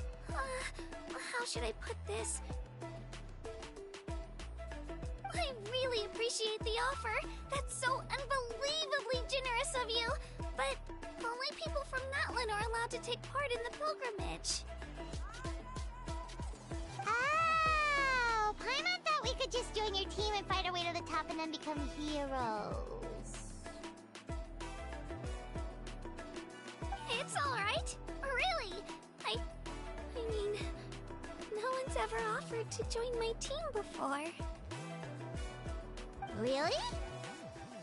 We're all usually on good terms, but whenever pilgrimage registration rolls around, it feels like everyone starts avoiding me. They don't make eye contact or bring up the pilgrimage. It's like they're afraid I'll ask them to join my team. I probably don't even need to explain the reason. I'm too weak. It's pretty obvious there's nothing to gain from being on my team. That really doesn't matter to you? Oh, don't you worry. The Traveler's strong enough for the 3 of us. Gods, dragons, giant narwhals. She can give them all a run for their Mora. Oh, I get it. You were able to overlook my lack of strength because you're confident in your own skills.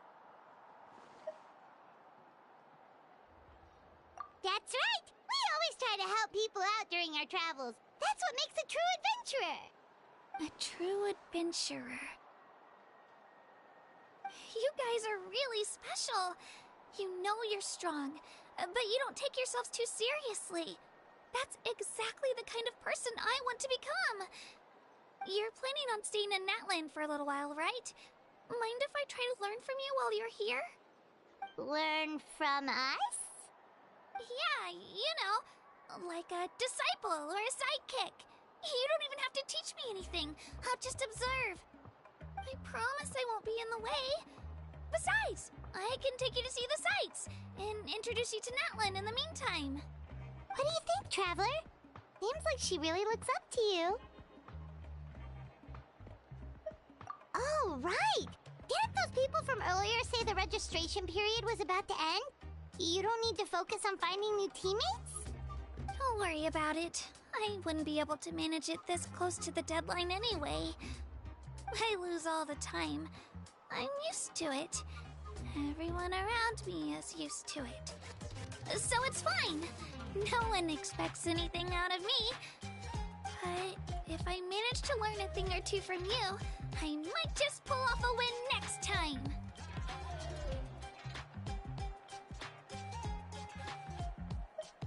Oh, of course.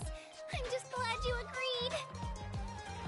Well, come with me, you two. I'll show you where I grew up and introduce you to our tribe, the Children of Echoes.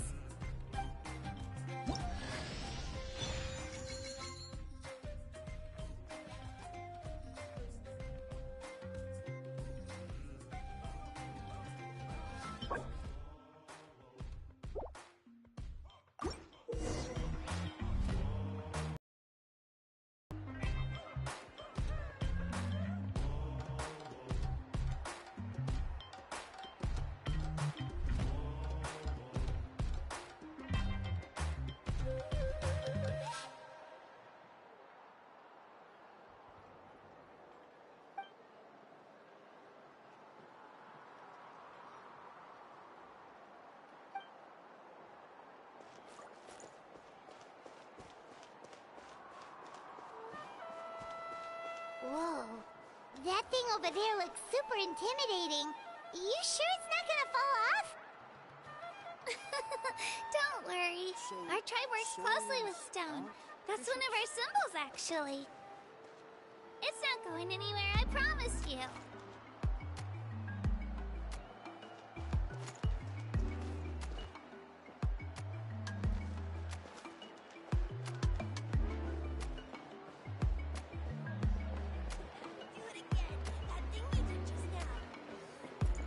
Many of our tribespeople love music and dance, and have an amazing sense of rhythm. In the past, Outlanders have come here just to study our culture and exchange views. My parents wanted me to learn dance, but I wanted to become a warrior instead.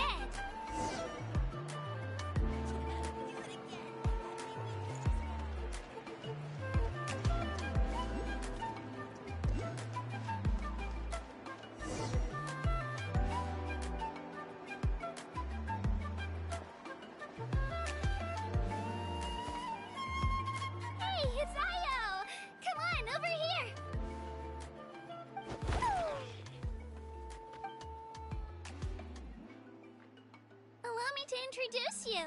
This is Io, my Saurian companion, and also an important member of my family. He's saying hello. I think he likes you. Saurian? So in Natlan, you consider Saurians to be part of your family? Of course. Natlan is not only a nation of heroes, but also a nation of Saurians. They occupy an important place in every tribe. Outlanders always seem to think of Io as my pet, but that's not the case at all. Io and I go on adventures together, but he also has a Saurian family and a place to stay of his own. Sometimes he even brings his entire family over to eat at our house. The Children of Echoes have the closest ties to the Tepetlisaurs, which are naturally very friendly to humans. That's how our relationship became what it is today. All Saurians have their own personalities, but I think calling them our companions pretty much sums it up.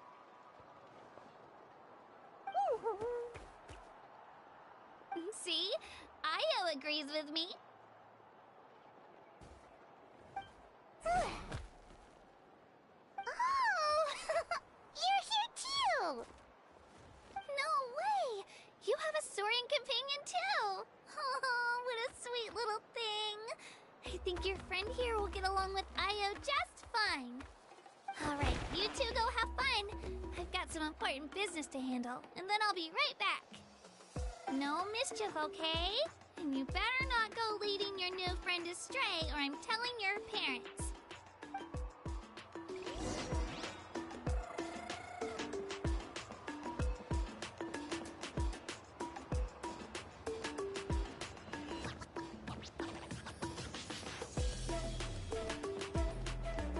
This is the most cherished and most sacred item in our tribe. It symbolizes the Wayab that protects us and grants us blessings. Wayab? Is that a god of some sort? Sort of. We believe the Wayab dwell beneath the earth, while the Pyro Archon hails from above. We hold regular gatherings here, actually. Our chief recounts and interprets dreams relating to our Wayab to decipher its will. The Wayab know the past and can foresee the future. Isn't that extraordinary? Huh? Kachina, what are you doing here? Chief! Oh, let me introduce you. This is Pakal, the chief of our tribe. Chief, these two just arrived in Natlan. They're super accomplished adventurers, and they're letting me stick by them so I can learn a thing or two.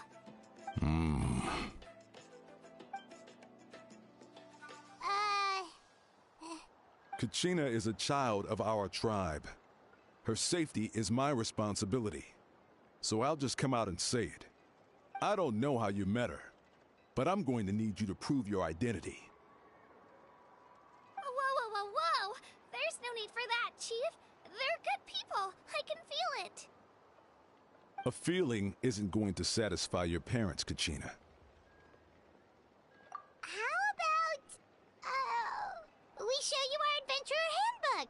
It's where all our previous travels are recorded. The people who belong to the Adventurers Guild are kind of a mixed bag. I prefer something more reliable. Huh? You're the Traveler, and you're Paimon, her familiar. Paimon is a guide! Jeez, these rumors are getting out of control. Well, okay, maybe this one's not that bad. It does make you seem super powerful and mysterious, Traveler. Wait, is there something special about those names? You haven't heard? Nope. Learn well from her, Kachina. It's unlikely you've ever had a teacher of greater merit. Really? To earn that kind of praise from the chief, you guys must be even stronger than I thought. Apologies for not trusting your word. Oh, don't worry about it. You were just doing your duty. Well, Kachina's still young, so you can never be too careful. As for you, Kachina, isn't registration about to close? Why haven't you headed out yet? Don't worry, Chief. I told my teammates to go ahead. I'll catch up with them in a bit. I may not be much of a fighter, but I am quick on my feet.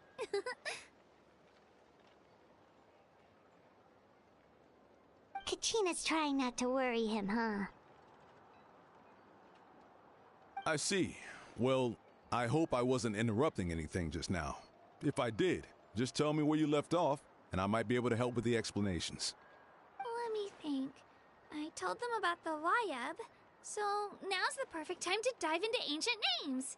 Good thing you're here, Chief. I don't think I could explain it very well. Oh, right! That word kept popping up in our conversation earlier. So what does it mean exactly? Well, Natlan is a nation of heroes, whose valiant deeds are preserved and passed down over time in the form of stories. You can think of an ancient name almost like a label for these stories. By mentioning an ancient name, we remind ourselves of the epic sagas of heroes past. For example, the most famous bearer of my ancient name fought in 27 Night Warden Wars. By the time he fought in his last one, he was already over 60 years old. Even though he wasn't quite where he used to be physically speaking, he still managed to achieve top rankings during the pilgrimage. Impressive, right? Ancient names allow us to preserve the stories of the past. But they're also much more than that. Think of an ancient name almost like an heirloom passed down from generation to generation. Do you have your stone on you, Kachina? Of course. Here, take a look. Whoa, that black stone looks so mysterious. It's like there's something shiny inside it.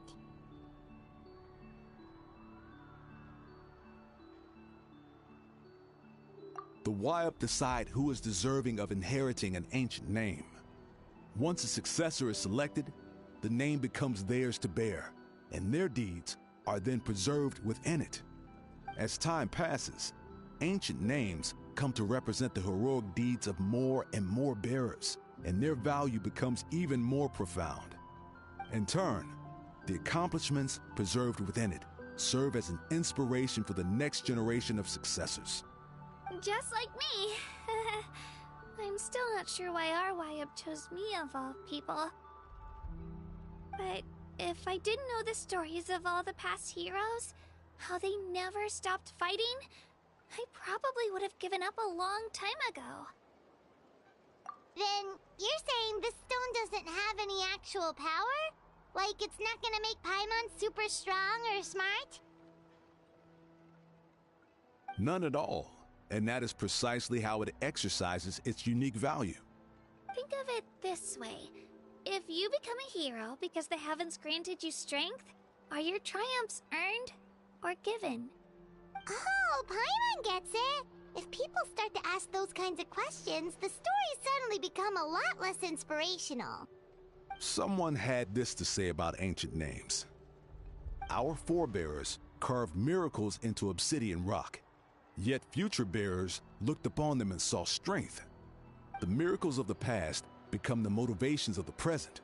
The limitations of the past become the breakthroughs of today. That's more or less the gist of it. So there's no rush, Kachina.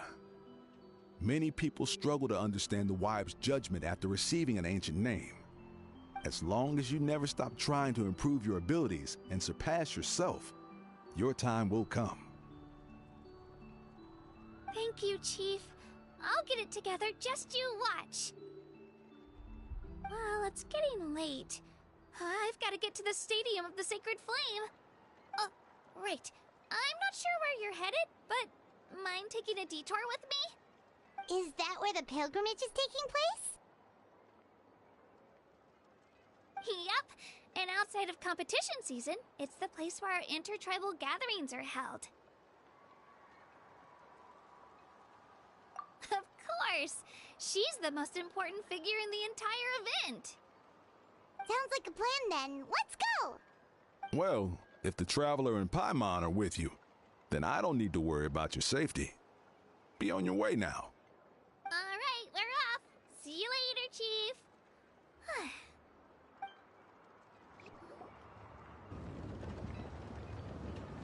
I got so carried away just now, I didn't consider what would happen if our destinations were different. Luckily, that's not the case. Or, well, I guess we just have to meet up after the tournament. You sure it's okay you didn't tell the Chief about your team? Chief Pakal's a really nice guy. If he knew the truth, he might even ask to join me. But he's not as young as he used to be, and he's got some old injuries that still bother him. He's not cut out for any more attempts. He'll find out what really happened when he sees me compete. I'm sure I'll get an earful for lying, but this is for the best. Yeah, your teammates left you high and dry and you made sure they didn't feel guilty about it. It's not their fault, really! The pilgrimage is extremely important to the people of Natlan. We all grow up listening to stories about the heroes of the past and dream of becoming warriors with the strength to defend our nation. Not out of a selfish desire for glory, but to lend our strength to a greater cause. Anyway, don't worry about it for now. Once you witness the spectacle for yourself, maybe it'll all start to make more sense. It'll also be a great opportunity to experience our culture and history. Alright, time to leave our settlement. Let's head that way. Our last stop, the Statue of the Seven, is also in that direction. Let's go!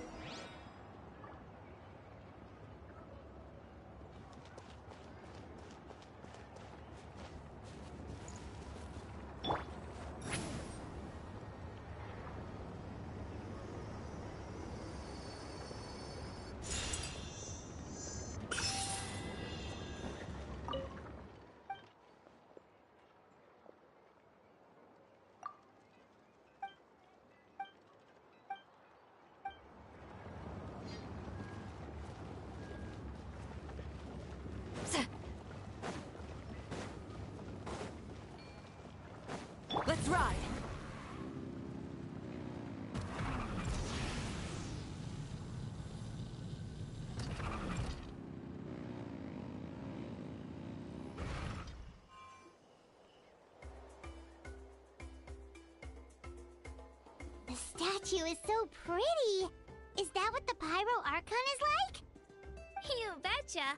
Beautiful, effortlessly confident, and absolutely awesome. It didn't work when you tried earlier either. Now we know that wasn't a fluke. What's going on here? Huh? You can get elemental power from the Statue of the Seven? This would have been such a good opportunity to show Katina how impressive you are. It's so weird that it's not working. There must be something about Natlan. Aw, I would have liked to see that. Sorry, Katina. We got your hopes up for nothing. No, it's alright. If anything, I'm even more curious now. Were you really able to gain elemental powers just by touching the Statue of the Seven? That's something only vision bearers can use. Could you show me? Only if you want to, I mean. No pressure. Take it away, Traveler!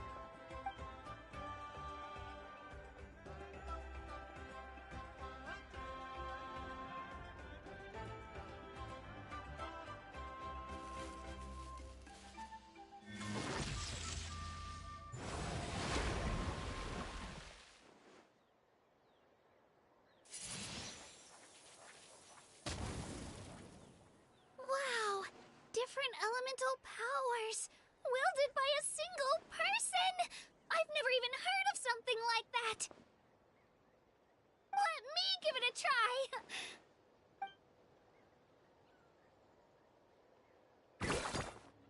Nope. Still just Geo. Anyway, I was right! You really are something special! Just wait until you hear about our previous adventures! Whoa! What's that?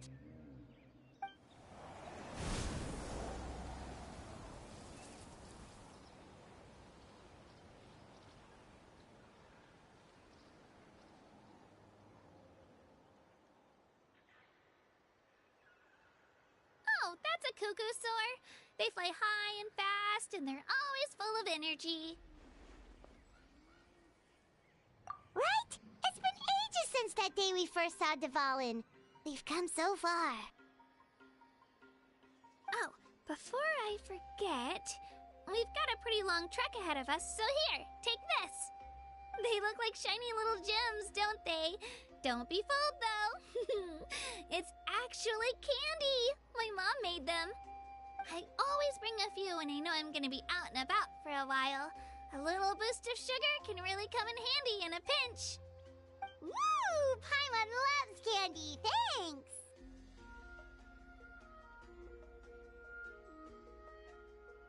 My pleasure, my pleasure!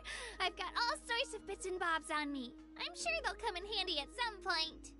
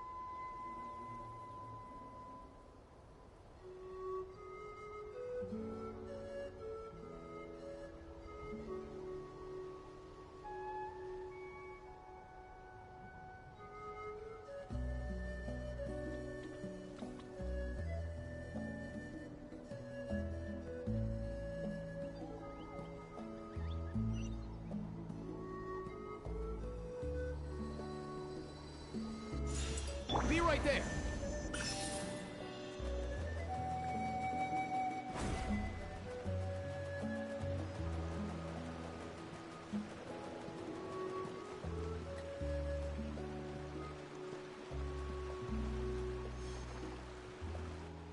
We've come a long way. How does a break sound? Great idea! All this sightseeing is making Paimon hungry. Oh, are you all out of candy? I've got some more if you want. I've also got bread, drinks, fried rice, roasted apples. Whoa, you're practically a walking cafeteria! I just like bringing a lot of stuff with me. As my mom always says, it pays to be prepared. They only come in handy every so often.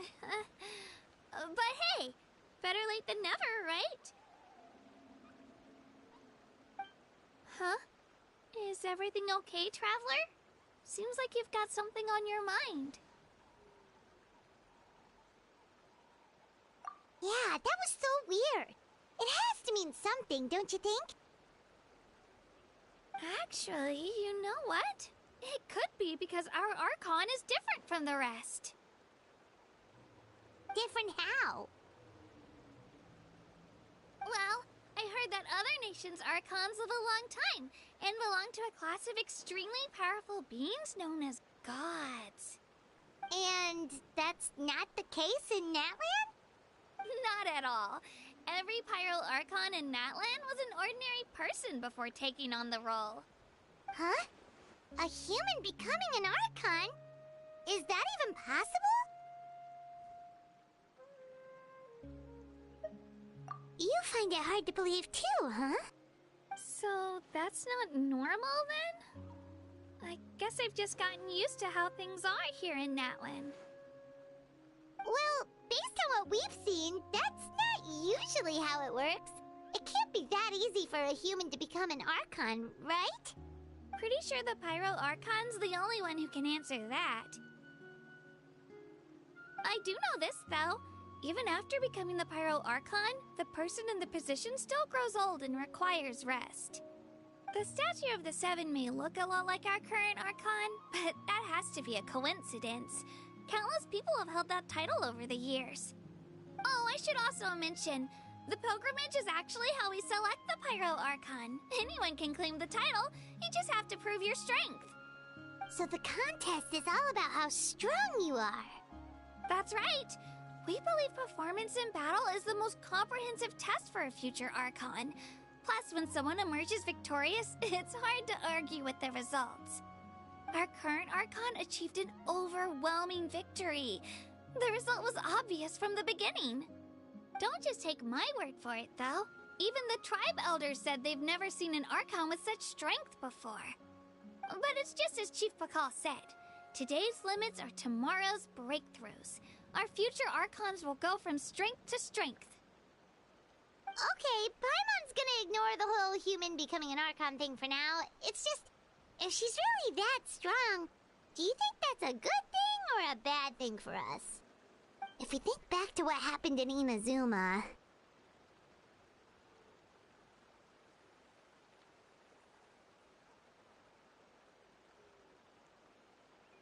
I wouldn't worry about it. Our Archon's a wonderful person and very welcoming to guests. I think you'll get along great. Yeah, you're right. It's not like we're planning on causing trouble either.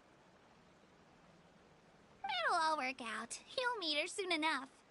Alright, Paimon's just about ready to... Huh? What's that? Oh, we call this a phlogiston chisleth. Good things happen if you infuse it with phlogiston.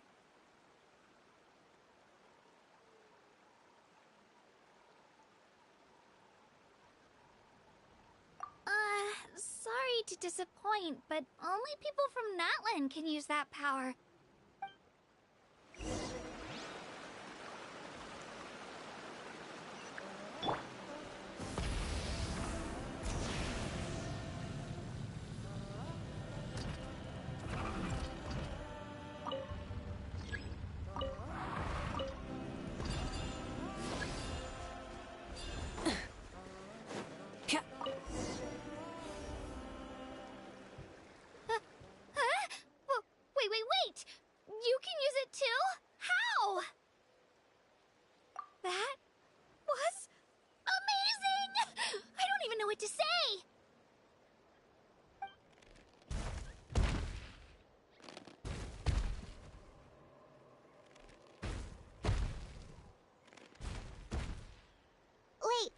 behind you.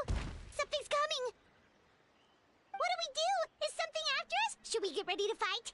We're fine, we're fine. This here is Toto. Hiya, Toto. It's me, Kachina.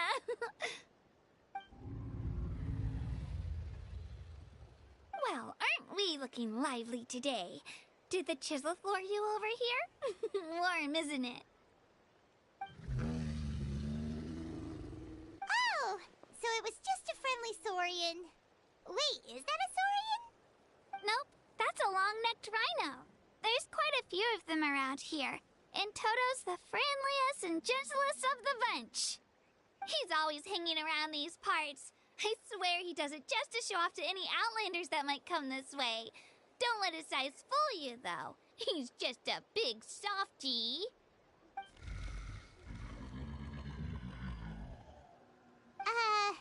What does the crouching mean?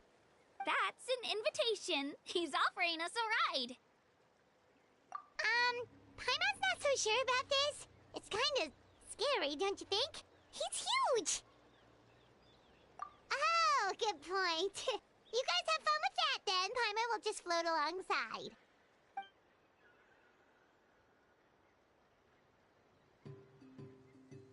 Wow, the sightseeing is even better from up here.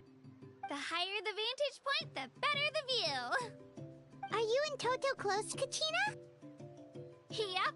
When I was little, my parents and I went to the Stadium of the Sacred Flame to buy a bunch of different fruits, but the cart we were using to transport them flipped over on our way back.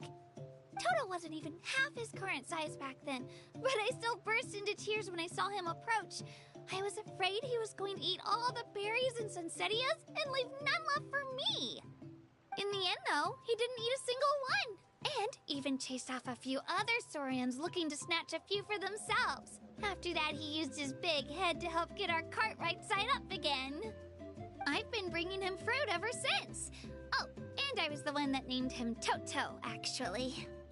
With the sheer amount of food he can eat, he pretty much grew like a weed. Before I knew it, he was already this big.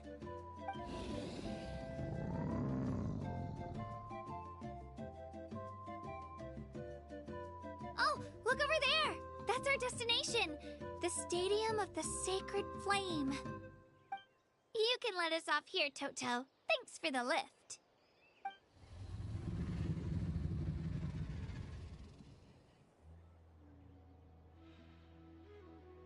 It's an easy walk from here, so I say we head the rest of the way on foot. It'd be quite the trek for Toto otherwise. That's true, especially considering his size. Well, see you later, Toto!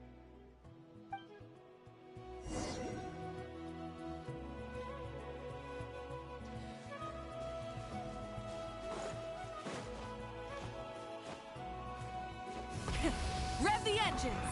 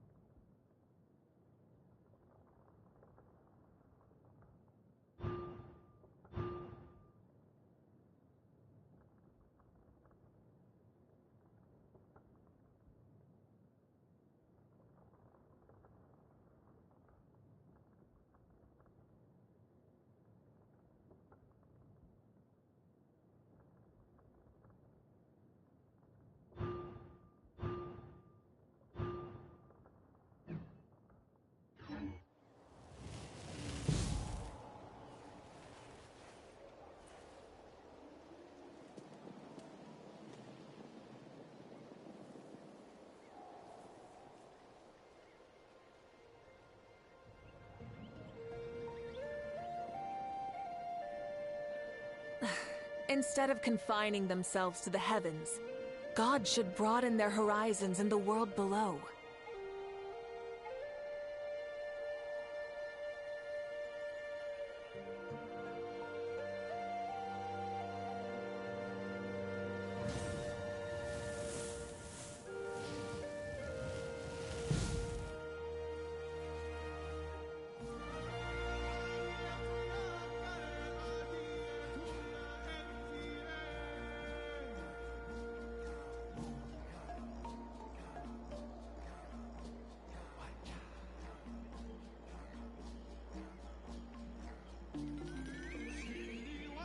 Many insects have a compulsion to follow the light, and humans are the same.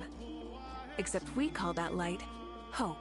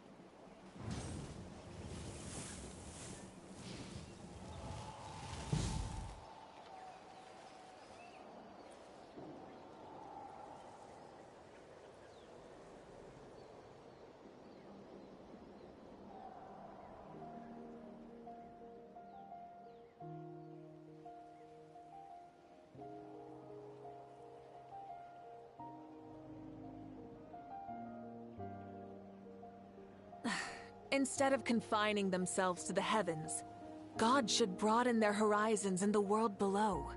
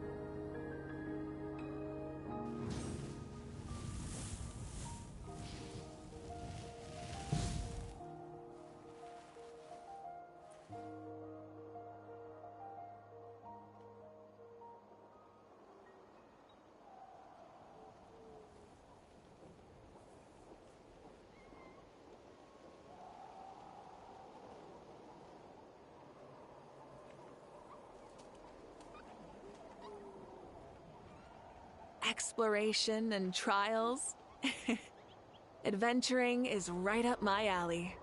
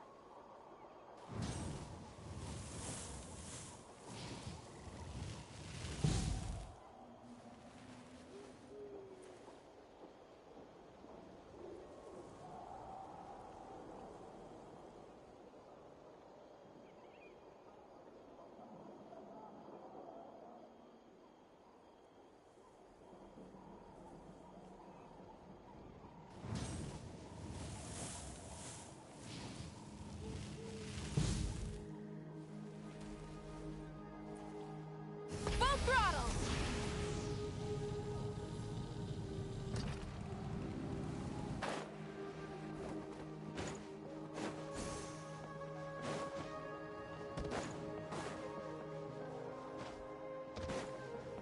Try and stop me!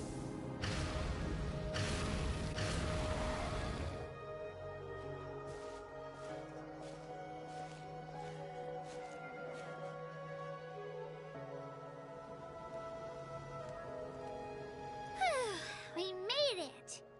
I'm supposed to meet some friends here, but... I don't see them anywhere. Maybe they're not here yet. Open your eyes, Slowpoke! Ugh, we've been here this entire time. I've already lost track of how long you've kept us waiting. Listen here, you. It's not just Kanish and Moalani's time you're wasting, but mine, too! Mine! What the heck? That's a strange-looking Saurian. Or, wait, is it even a Saurian? Take it down a notch, alright?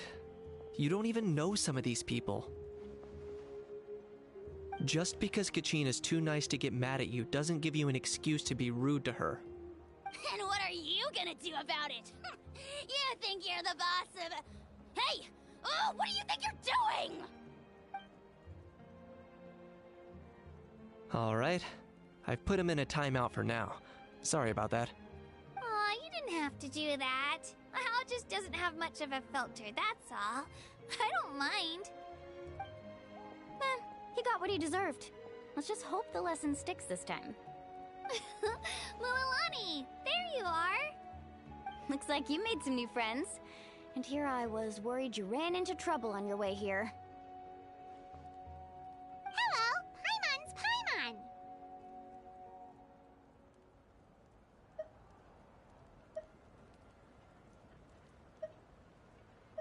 A traveler, you say? You came at the perfect time. The pilgrimage is a sight to behold this time of year. I don't see your teammates with you, Kachina. Where are they? Oh, they went to join teams with a better chance at winning. Huh. So you're saying you've been ditched. Again. That might give them an advantage during the team stage, but it all comes down to individual strength sooner or later. Yeah, well, I couldn't even promise them we would make it through the team stage. The outcome of the team stage usually depends on the ancient name bearer, after all. Hey now. There's not a single person here that can promise their team victory. You're putting too much pressure on yourself. Besides, you're not lacking in strength at all. You just need a bit more confidence. You were only 3 victories short of reaching the Night Warden Wars last time. Wait, so if the pilgrimage is like a national sporting competition, then what are the Night Warden Wars? The former is a battle of skill. The latter is a real war. A war against our eternal enemy, the Abyss. So they're here too. Well, wait a second. You're saying the prize for winning the pilgrimage is the chance to go to war? That's not too far off. That's why it's called the Night Warden Wars. The pilgrimage chooses the strongest warriors among the tribes, and those warriors fight to repel the Abyss in defense of our homeland. Their names and deeds are then recorded in epic tales passed down over time. That is the highest honor you can achieve in Natlan.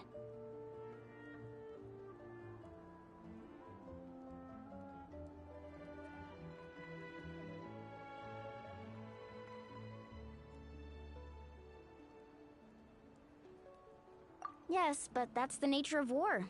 Danger comes with the territory. Resisting the Abyss is our duty. But we're not alone in this fight. We also have the blessing of our Archon, which allows for our safe return. It's something we call the Ode of Resurrection, which does exactly what it sounds like, basically. Resurrect people, you mean? Yep, so it's not so scary, really. Our Archon's blessing gives us the courage to keep moving forward. Let's go register. We don't have much time. Wait, what about you, Kachina? You're not really planning on competing solo, are you? We really wish we could help, but we're not from here, so it doesn't seem like we can take part. There's no threshold to the number of participants. With the sheer number of teams, it's practically guaranteed chaos. No matter how strong or experienced the warrior, victory is never assured. In a situation like that, it's always better to have someone to watch your back. Oh, how about this? When we register, why don't we ask if these two can have special permission to participate? Odds are the answer will be no, so if that doesn't work, well... I only have a few teammates this time.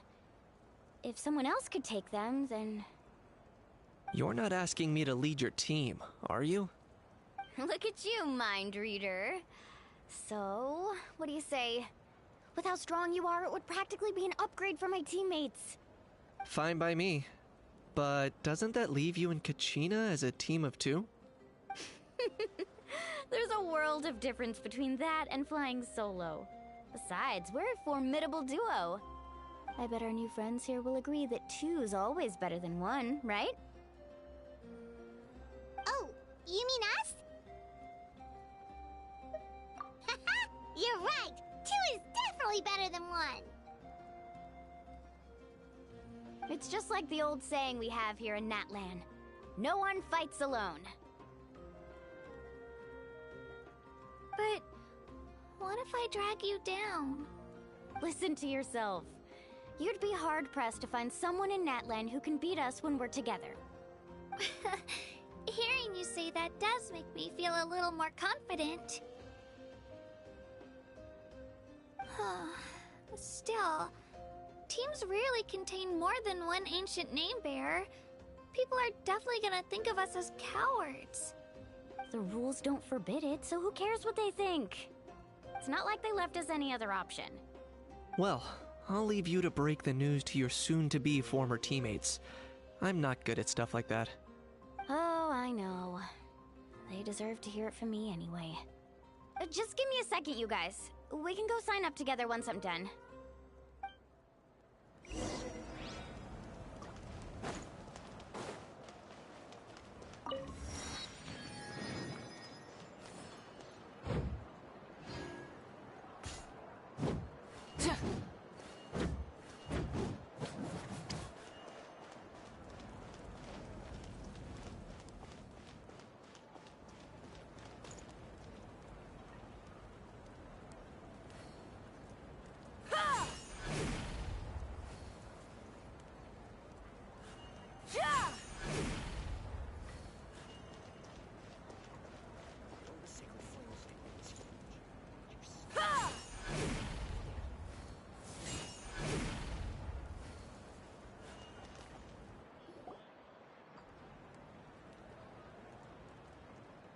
This is the place. Let's wait for Mualani here. Did you see the flags at the front gate when we entered? Oh yeah, there were flags, weren't there? Those are our tribal flags. One for each of the 6 tribes that make up Natlan, including the Children of Echoes. Why the sudden tour guide routine? I said I'd introduce them to Natlan, and we've got nothing better to do, so I might as well deliver on the promise. Fair enough. Well, I'm from the Scions of the Canopy. We live high in the mountains and have the closest ties to the Yumkasors. My friend Mualani belongs to the people of the Springs, a seaside tribe. The scenery over there is beautiful, and you can find some really tasty fish. That just leaves the Flower Feather Clan, the Masters of the Nightwind, and the Collective of Plenty. If we get a chance after the pilgrimage, I'll be sure to show you around. Well, if we're talking tribes, allow me to stand in for our chief and welcome you on behalf of the people of the Springs. Mualani, you're back! We were just talking about you. Everything's settled on my end. My teammates took it unbelievably well, actually. Your reputation is really something else, Kanich. They probably just didn't see any drawbacks to your proposition. We're saying the same thing here. You, my friend, are a formidable competitor, and they recognize that. Anyway, thanks for waiting, you guys. Let's go register. Hello there. Here to register for the pilgrimage? That's right. I wanted to ask, though. These 2 travelers are very interested in the competition. Any chance they could take part? I'm sorry, but only people from Natlan are eligible to participate. You couldn't make an exception just this once? This traveler is a renowned adventurer. She's more than skilled enough to participate, and I'm sure the audience would be interested in seeing what she can do. It's not that simple, Miss Mualani. Even a single exception sets a dangerous precedent for countless interested parties in the future. The purpose of the pilgrimage is not only to select strong warriors, but also to collect contending fire from the battles. This is the fire that fuels the sacred flame. Natlan is only safe from the invasion of the Abyss, while the sacred flame burns eternal. Oh, so there's another purpose for the tournament. That was the initial purpose, actually. Every participant, whether they win or lose, contributes to the defense of our nation. That's what makes it such an honor to take part. Exactly right, Mr. Kanich. Contending fire can only be produced in battles between people of Natlan. Outlander participation would inhibit the production of this fire, which could in turn jeopardize the sacred flame. Oh, so it all comes down to the contending fire.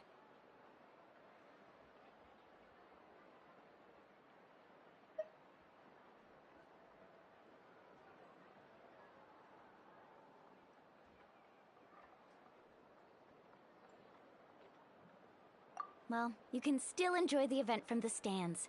I'll try to get you some good seats. That would be great! Tourists like us are better suited to being spectators anyway. Still, there's something Paimon was wondering, actually.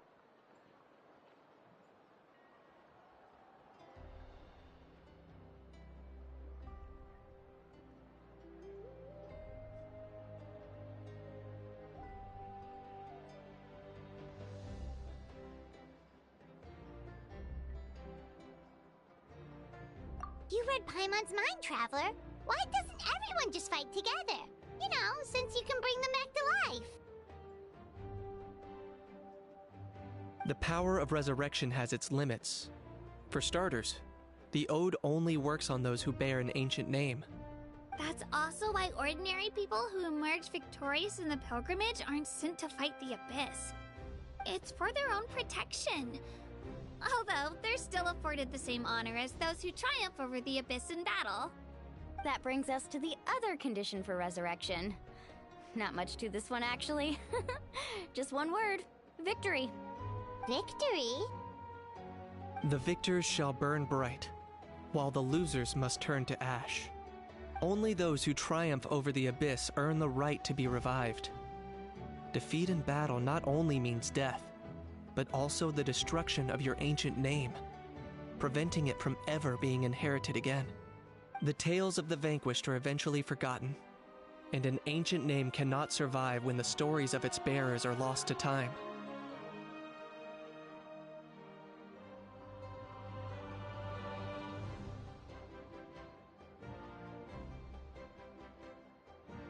Yeah, they won, right? Isn't it the defeated ones who need reviving? You have to think about it at the team level. For example, 5 representatives will be sent to repel the Abyss this time. Even if 4 of them were to perish, the Ode of Resurrection would still take effect. All you need is for 1 person to return victorious. Because every victory is a building block of our legacy. Of course, the team needs to be strong enough for that to be the case. Otherwise, the price of failure is still very high.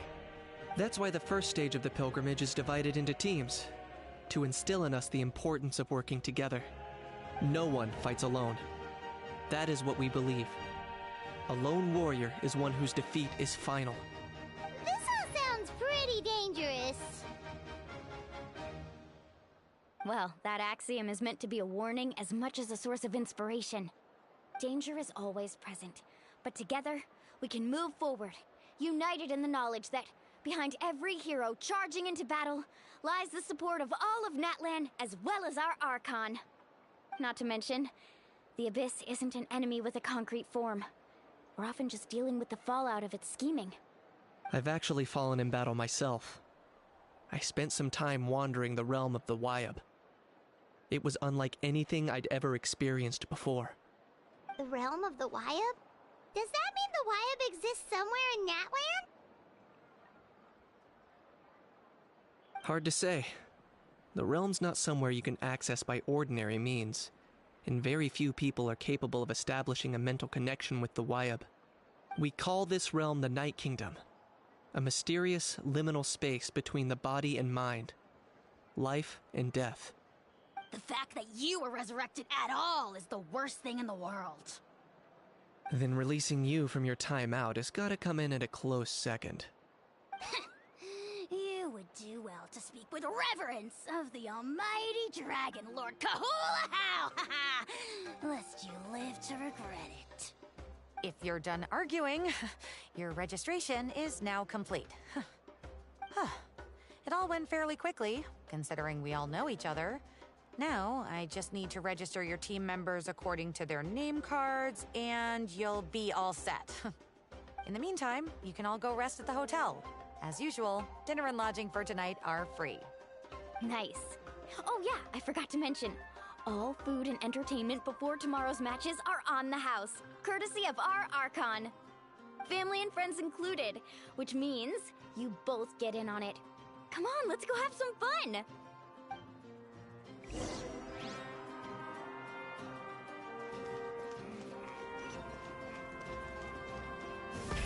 Rev the engines!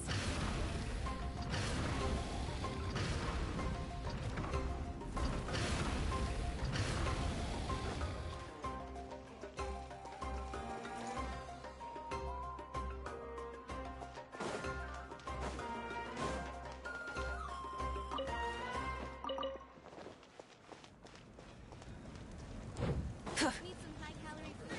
Don't worry, I always win anyway.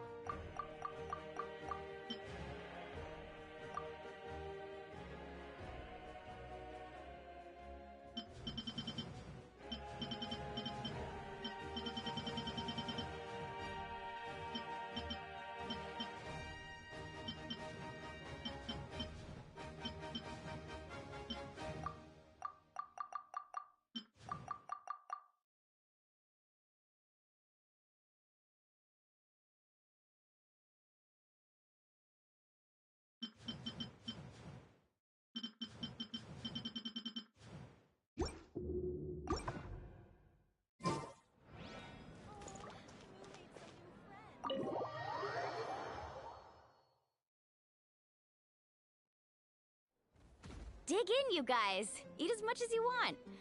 These dishes are all local specialties. There's more where this came from too, so don't be shy. Let's feast until the bill gives the Archon a heart attack. Don't be dramatic. The Pyro Archon is very generous. Even if it does cause some trouble for all the hotel workers and volunteers. Speaking of trouble, I've locked a How away for now, so you don't have to worry about him being a nuisance. Wait, isn't that a little harsh? Nah, Kenichi and How are always like that. Everyone has their own unique way of getting along with their Saurian companion. What's got you all down in the dumps, Kachina? You don't have to worry about tomorrow. I'll be with you every step of the way. I know. Everything's fine, really. I'm just nervous. I can't keep using my age as an excuse. I have to get stronger. I have to prove to people that I'm not trying to avoid the Night Warden Wars. You don't have to prove anything to anyone. You know your own heart. So stop beating yourself up over other people's opinions. If they don't think you deserve to bear your ancient name, they can take it up with the Wyub. Trust me, Kachina. The Wyub see something special in you. I just hope it's not the fact that I can take a few punches. Yeah, I'm on a 7 or 8 pilgrimage losing streak. My ranking has been improving little by little, but still no wins. To be honest, losing 7 or 8 times isn't even a lot. Maybe other people can't see your improvement, but your performance still isn't something to scoff at. Yeah, didn't you say you got really close before? It's just... what if I don't even make it through the team stage this time? Hey, have a little faith, will you? You've got me on your team. Stumble, and I'll be there to get you back on your feet. Run into someone you can't beat, and we'll face them together. I know you've never tasted victory, but you trust me, don't you? Alani, you're the best. I trust you. I definitely do. And you're right. I've got to pull myself together. I still don't know why the Wyub chose me to inherit an ancient name. But I can't be the only bear who's ever felt this way. If they can keep at it, so can I. Not to mention, the fact that your ancient name has survived until now means all your forebears managed to honor its meaning. Otherwise, it would be lost to us by now. Shattered by defeat in battle. That's right! And you'll have us rooting for you too!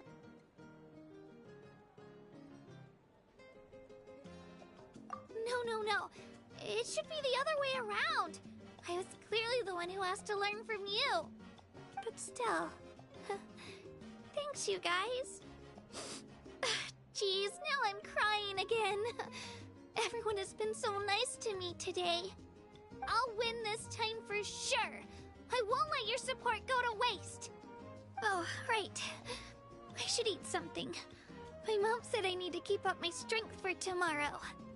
Nice to see your game face back, Kachina. Thanks for encouraging her, you two. It's easy for people to only see how she has a lot to learn, so it isn't often that she meets people willing to treat her with patience. Don't you worry. We've seen how kind and hardworking she is.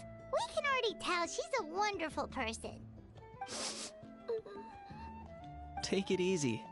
You're getting tears in your food. I'll pour you all some drinks. I brought some homemade fruit juice. Let me just go grab some cups. She even travels with homemade juice? Kachina's backpack is practically a bottomless pit. It's got everything. That's true. But she definitely only offered us some so she could go find somewhere to cry for a little while. Seems like you two really look out for her.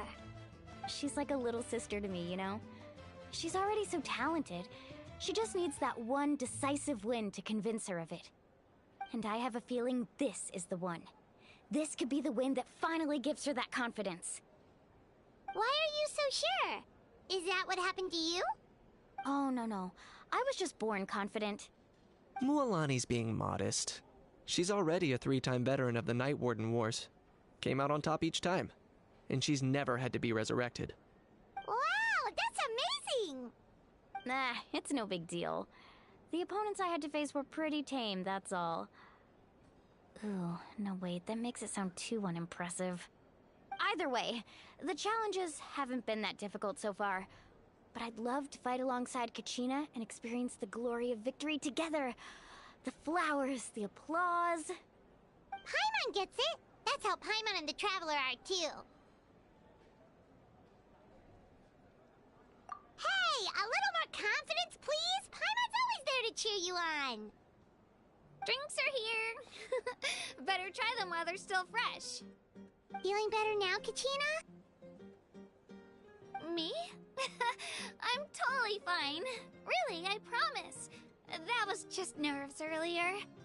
I'm gonna get some meat in my system, then head out to get some exercise. Wanna be nice and loose for the tournament tomorrow. I'll come with you.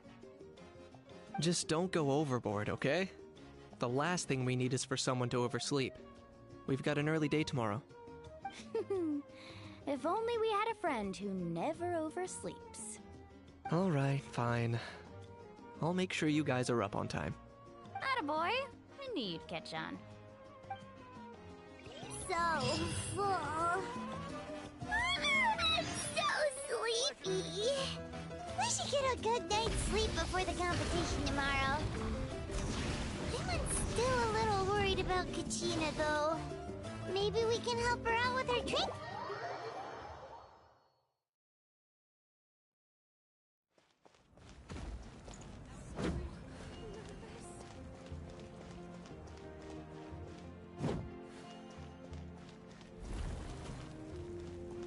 Full throttle!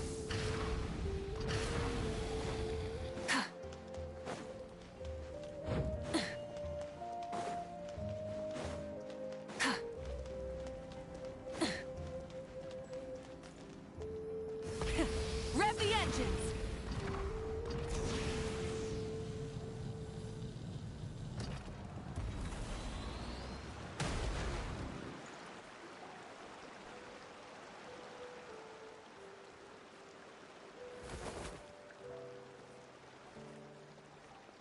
Kachina!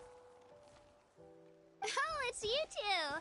I just finished training with Mualani. What's up? Well, you worked so hard to introduce us to Natlan, we wanted to return the favor. Wow, you guys are exactly like Kachina described. No wonder she's already your biggest fan. Guess I should make myself scarce, though. Kachina was the one who helped you out all day, so I don't want to intrude on your secret teachings.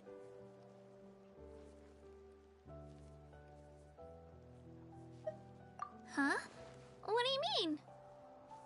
Observation?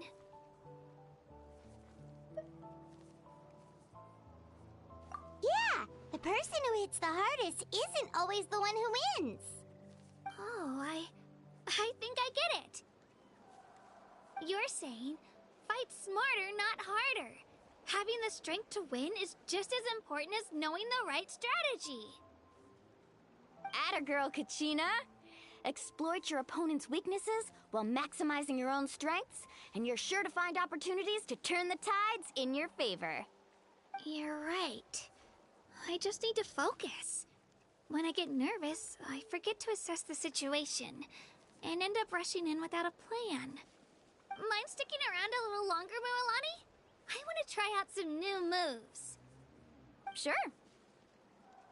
Thanks for taking the time to teach me, you two. I won't let you down. Just give it your best shot.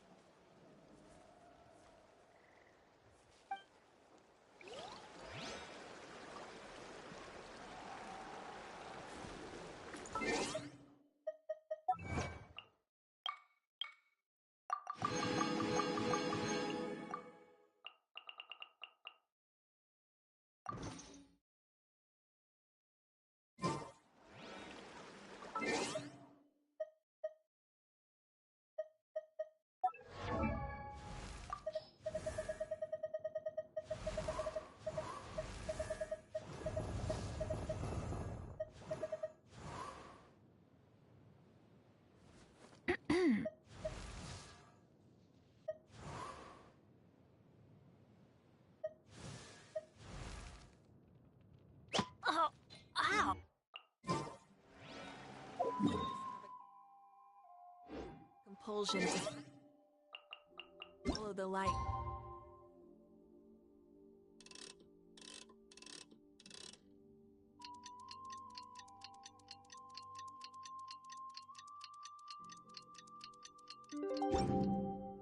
Humans are the same. Except we call that light hope.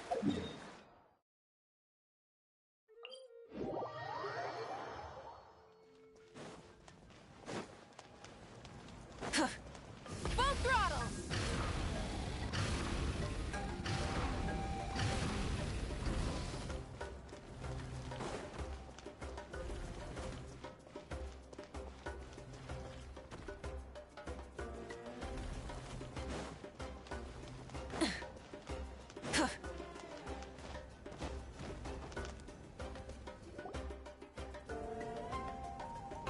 Morning, Traveler. Morning, Paimon. Looks like everyone's here right on time. Good to see that no one overslept. Says the one who only made it because I was there to get you! Wow, not so loud. You're gonna give me a headache. Well, if you don't do well today, we know who to blame now, don't we? See how your friends talk to me, Kanich? I help you wake them up, make sure everyone's on time, and do I get a thank you, how? No! I get told off! Mualani's right, though. Hopeless.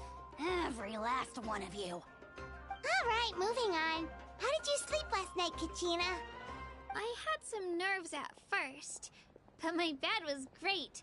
I fell asleep the minute my head hit the pillow. That's good to hear. Maybe you handle stress better than you know. The competition's about to start. Did everyone eat something? A little. Didn't want to overdo it.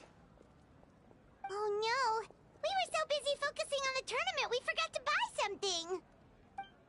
I thought that might happen. Here, I brought you some.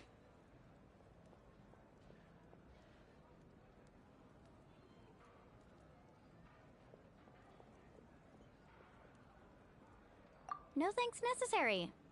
I'll treat you to something even better once... Attention, everyone! The tournament is about to begin. All contestants proceed to the venue. I repeat, all contestants proceed to the venue. Well, I'd say more, but that's our cue. The opening ceremony is what kicks everything off. You should be able to see Kachina and me from the stands. We're counting on you to cheer us on. Don't you worry! Paimon's gonna cheer so loud, you'll hear it across the stadium! Thanks, you two. I'll be sure to keep an ear out. Well, we should get going. See you later. Okay, bye-bye!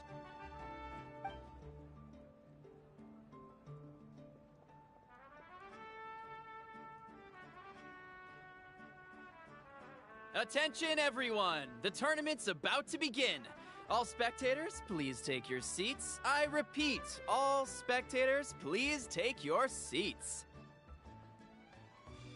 Oh, that's our cue! Wow, we've definitely never witnessed a competition of this scale before. Let's go in once you're ready.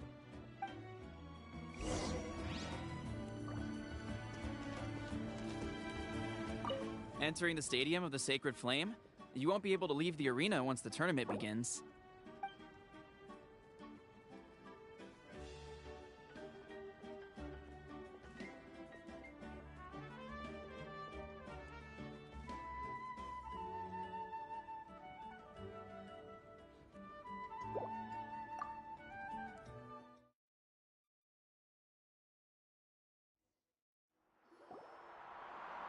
The pilgrimage of the return of the Sacred Flame is a competition with a long, storied history. Countless hopefuls have gathered here today, each vying for the same prize, the right to serve their homeland in the Night Warden Wars. Before we begin, allow me to remind everyone of the rules. Today's tournament begins with the team stage, before advancing into individual competition. Each team will board a hot air balloon, which will land at a random location. Contestants must search for fire towers within the contest grounds, accumulate contending fire through combat, and bring a sufficient amount back to the stadium. Defeat in combat, departure from the contest grounds, and running out of time all lead to elimination. Only the strongest teams will be able to withstand the onslaught of battle and return to the arena, blazing fire in hand. Only those who emerge triumphant in the team stage earn the right to take part in the individual battles. The outcome of these one-on-one matches not only affects the contestants' individual scores, but also determines their next opponent. After many rounds of battle, the contestants with the top 5 rankings will get the chance to take part in the Night Warden Wars. Now, let us welcome our Archon as she delivers the opening address.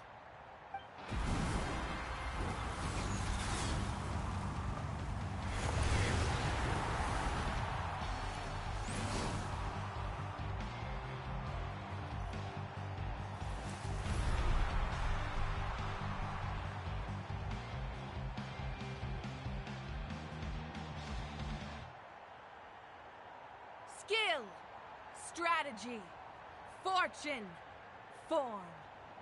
Many factors influence strength, but victory never lies. The pilgrimage is not merely a trial to determine the strongest among us, but also a stage upon which to showcase your individual growth. Today marks the beginning of yet another legendary saga. One written in the triumphs of the victors. So, without further ado, let the games begin! So that's the Pyro Archon? Is it just Paimon, or does she seem kind of intimidating? Kachina said she was friendly and welcoming, but, how did she come to that conclusion? Yeah, but it would be kind of rude to bother her during the pilgrimage, don't you think?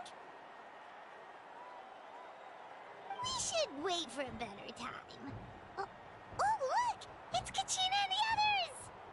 Well, folks, it's clear the contestants are already raring to go. The teams will now board their hot air balloons and make their way to the competition grounds. Shasta! Shasta! Yeah, cool girl! Do it! Kick their butts, Itzna! Go, Mualani, go! You can do it, Kachina! And the crowd goes wild! The hot air balloons are about to ascend. Contestants, prepare yourselves to take flight! Remember the rules. The balloons will take you to random locations, and your battle starts the moment you land. Best your competition, collect sacred fire, and bring it back to the stadium. Good luck, everyone!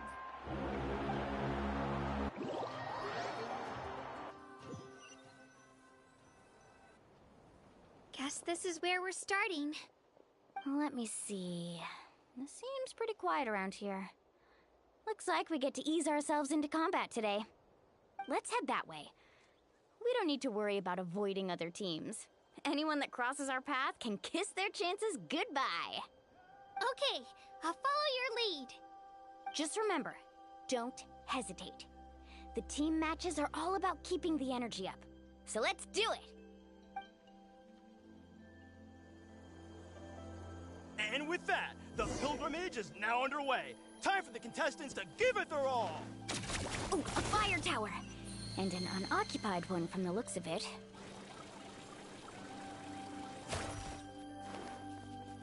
Be on the lookout for an ambush. Careful, we've got company! Let's hope you'll put up a good fight. Looks like we've got ourselves an easy start! That spikes generate complete fire in the first place. So let's go! Winner takes all? We won! We're just getting started. Grab the fire and let's head to the next spot. Currently in the lead, we have Chaska, one of the contestants from Amaru has taken out 6 contestants in a row! What a legendary competitor! But can his hot streak continue?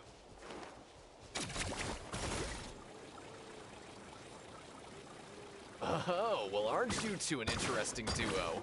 How did these monsters make it onto the grounds? It's part of the tournament. If you can't handle a few monsters, how are you supposed to repel the abyss? Look, why don't we handle these monsters first? Huh. Skills aren't half bad.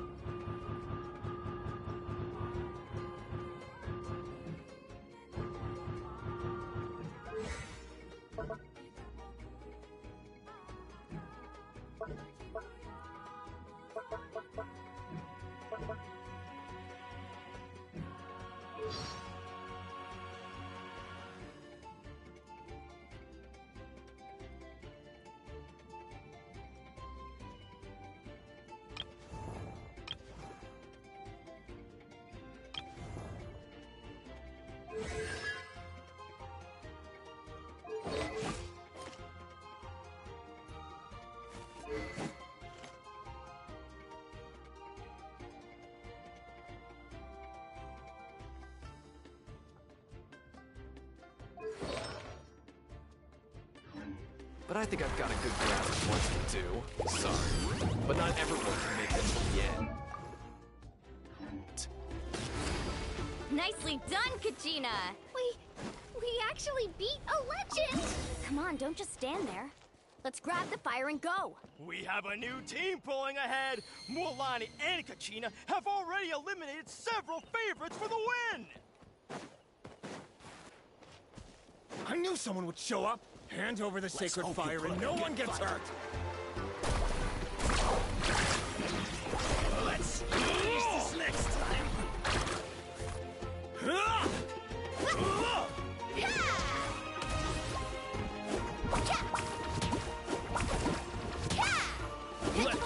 Would you look at this? Two favorites for the win. Itzna and Unkunga have run into each other. Watch this! Looks like it's gonna be an early goodbye for one of these formidable competitors. Stick around. Let her rip! Touch her!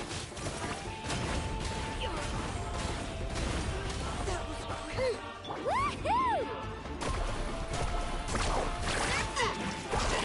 Forget it. This mountain's huge. Is the next tower really all the way up there? It's going to take forever to make it to the top. Just leave it to me. I'll get us up there.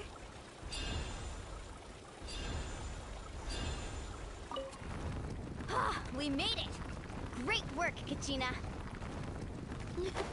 Glad I could help. An empty fire tower. We're too late. Darn it! And another competitor crosses the finish line. Beyonsan from the Collective of Plenty, certainly living up to some lofty expectations. Kachina, is that you? I'm sorry about this, but since we ran into each other, I can't just let you pass. If you want glory, you'll have to go through me. Let's ride. Hold it right there. That fire is mine. In your dreams, I think someone needs a reality check, and I'm more than happy to oblige. Let's go. I'd like to see you try. Hey, let's work together. Good idea. No way I'm letting you do it. Let's go.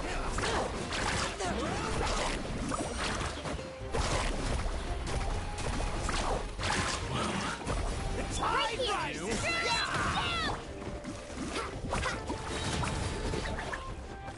Check this out! Best of luck! Need a surfboard?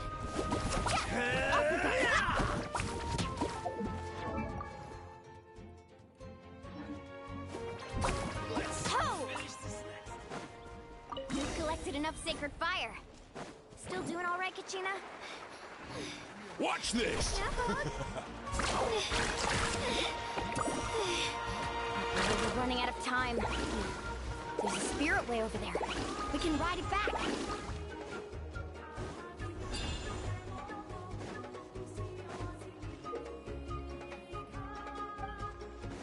Carving waves!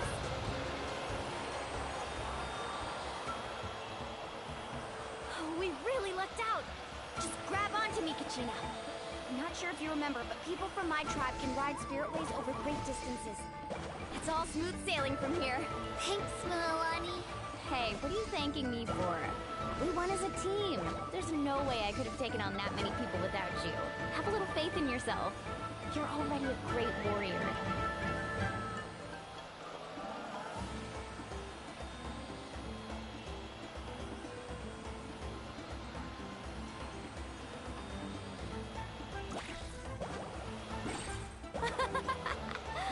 Oh, those were some steep curves. You're not scared, are you? I'm fine. I don't scare easy. Not after that last ride you took me on. Oh, yeah. Back when we first met, right? I accidentally knocked over your piece of cake, then offered to take you spiritway surfing to make up for it. Actually, I was feeling pretty down that day. My training didn't go well, and... Anyway, you really cheered me up. Mualani, I really want to win this time. I want to win this pilgrimage and become a true warrior. That's what I like to hear. If your team has gathered a...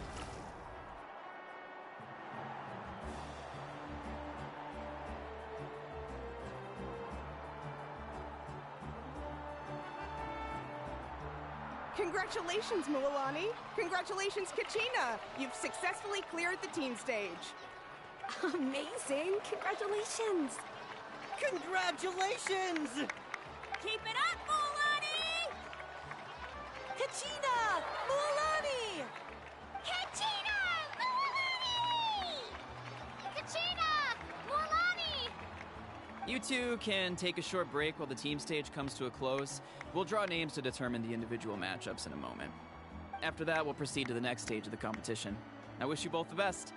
You two are assigned to different lounge areas. If you'll follow me, please, Kachina. Solo battles next. And I was 3 wins short last time. I've got to do better. Just calm down, Kachina. You're in good form. You can do this. Hold it right there. This is the contestants' lounge. Unauthorized access is prohibited. We're contestants too. Let us through. According to my list, you're not among the individual match contenders, nor are you related to any of the remaining candidates. Well, we'd still be candidates if it was just based on strength. We only lost because 2 other contestants snuck up on us like cowards. If you could just go contact the referee, we'll wait right here for you to... Ugh. Wait, you two are... Well, look who we have here. Remember us? Your little trick got us disqualified. Since we've crossed paths again, let's settle this once and for all. We'll see who truly deserves to advance to the next stage. Fight us! Right now? Don't mind him, Kachina. Tournament rules place you under no obligation to honor that request. A loss is a loss, and that's final. You! Don't just stand there! Get security over here now! Forget the rules. Isn't the pilgrimage about picking the strongest warriors? She just happened to catch us off guard. It was all luck. Exactly. Now's our chance to duke it out fair and square. Kachina! Who are you? Traveler! Paimon! What are you doing here? We just came to have a chat, and then all of a sudden, these guys were threatening you! You're not bullying Kachina on our watch! Thanks, you guys. I don't know your names, but if you really want to face me, I'll allow it. It has to wait until after the tournament, though. I need to focus on the upcoming matches. I don't want to let my parents down, or any of the friends who helped me get this far. That's enough, you two. Being caught off guard is not an excuse. You think you can cry foul play when you face the abyss? If this behavior persists, you may find yourselves barred from future competition. Whatever. Let's go.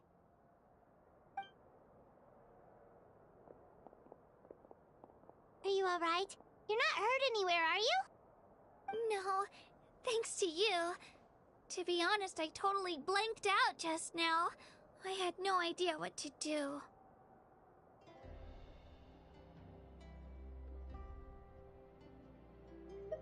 Right. I'll show them what I'm made of. That sounds more like it. You can do it! I heard there was trouble. Has the situation been resolved? Yes. It was nothing out of the ordinary. A couple of sore losers coming to stir up trouble with the contestants. Some people are so obsessed with glory, they can't even bear the idea of failure. I hope you don't let them get to you, Kachina, because you'll need to get ready. Your match is up soon. That came up quick. All right, I'm coming. Well, guess I'm off.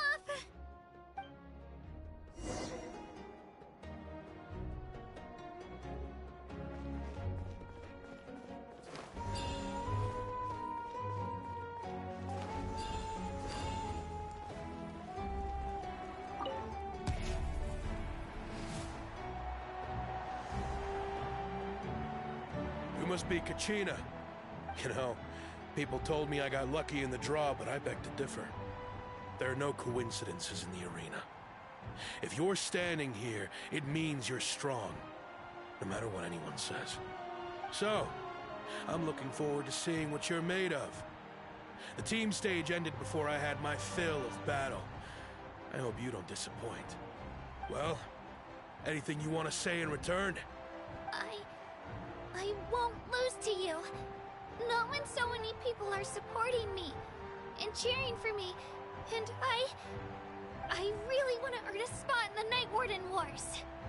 All right, our contestants have each said their piece. To your places, everyone. And begin!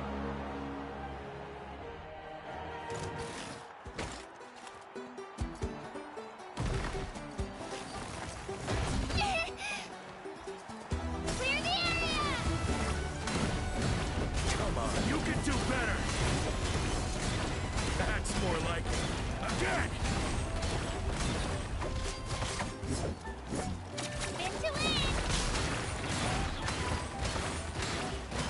Yeah! Ha! Yeah! Yeah!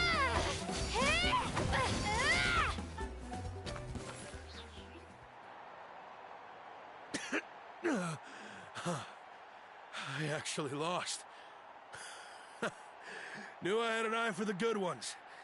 Guess that means I was right about you all along. Congratulations to Kachina for taking the win.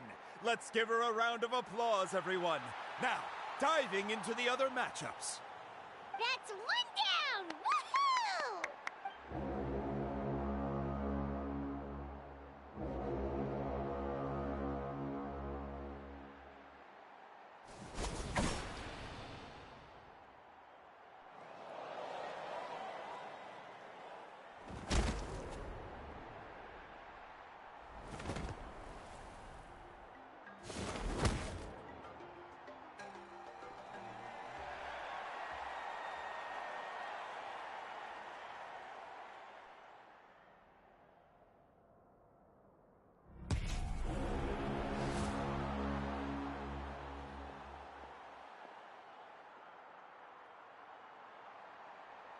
Where do you come from, kid? Think you've got what it takes to go to war? Hate to break it to you, but it won't be easy to get through me. And you are... You don't recognize me? Figures. Our generation's been in decline ever since Ateya and the others retired from the front lines. Either way, once we face off, you won't forget my name anytime soon. Let's do this! Hear that? Exhilarating cheers of the crowd. That's why I'm here.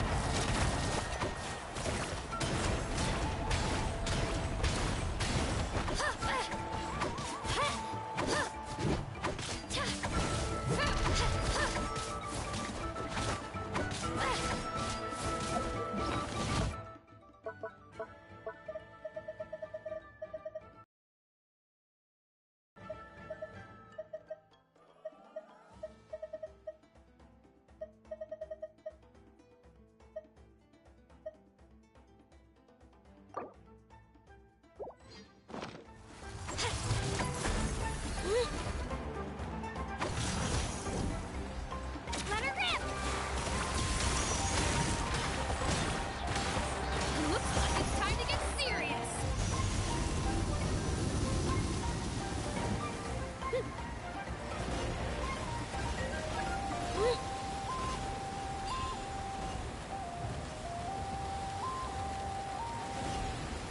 Shockwave!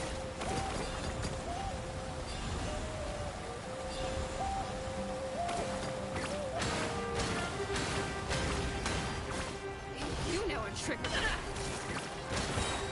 Clear the area!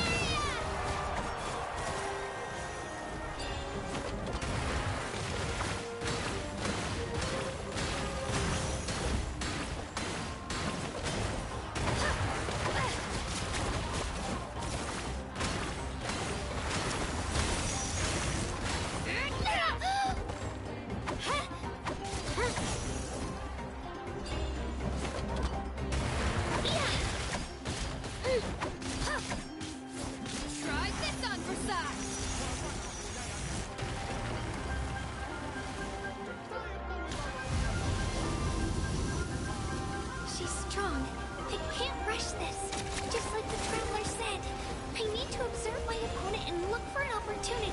Come on, Kachina, you can do it! It's not just about who hits the hardest.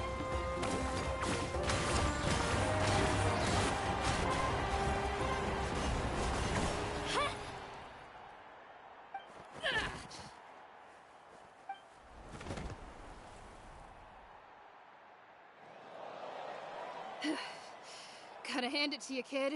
You really impressed me. I take back what I said before our match. You've got what it takes, Kachina. Youngsters like you, you'll forge your own miracles. And it's Kachina for the win! We'll now head into a short break as our contestants prepare for the final round of competition.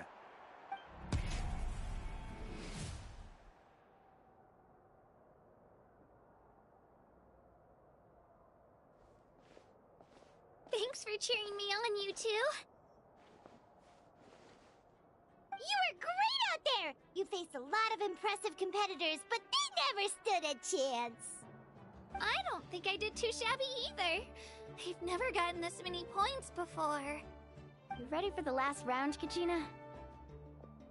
Moalani! I got permission to come see you before the last round starts. Based on your score, it looks like you'll make it to the Night Warden Wars if you win your next match. But, your final opponent... it's me. What?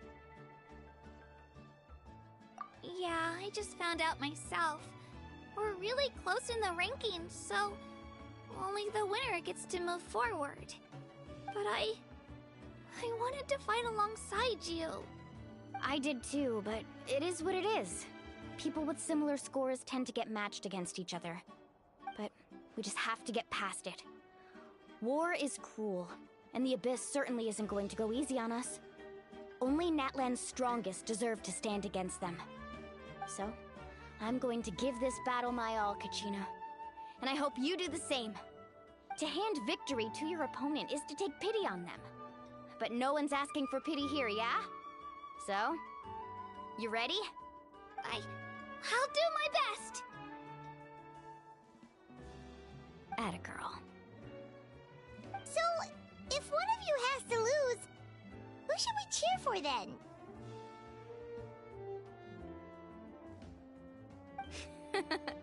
You mean one of us is destined to win? It's something worth celebrating either way. I'll be happy no matter who wins. And I know you feel the same way, Kachina. So, don't overthink it. Let's just have ourselves a good match. Traveler, Paimon, I'll see you after the match. Kachina, I'll see you on the field.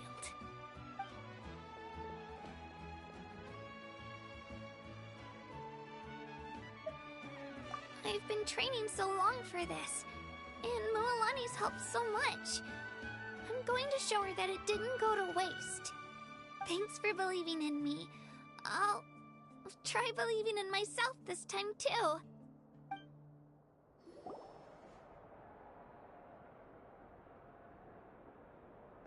Who do you think's the favorite?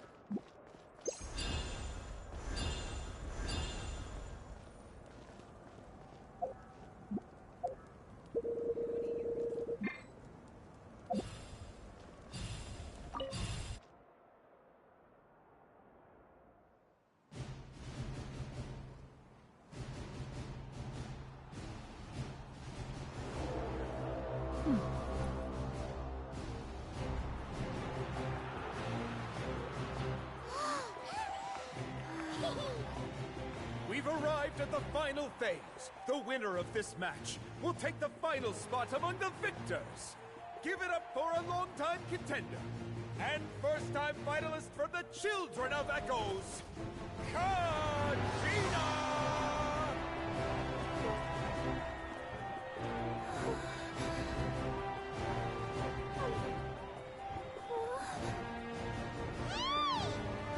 You got this, Kachina! And her opponent from the people of the Springs, a young prodigy and Night Warden Wars veteran, Moalani! This face-off between old friends promises to be an explosive showdown. May the best warrior win!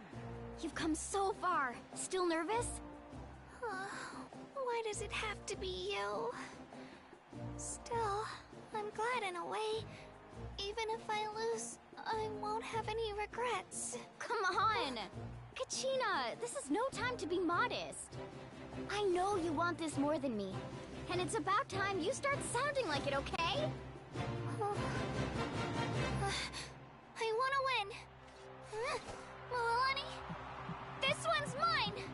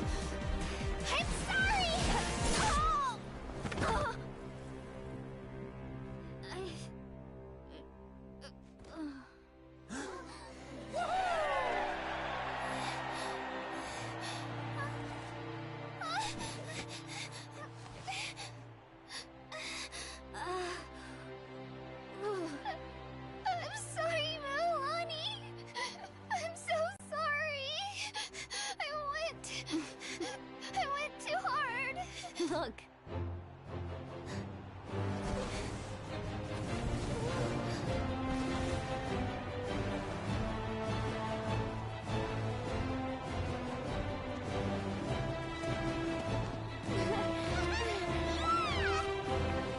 The winner is, from the Children of Echoes, Conchita!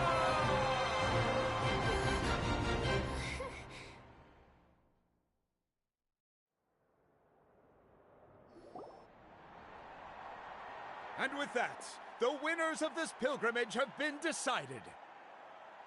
Put your hands together for our victors as we welcome them to the stage.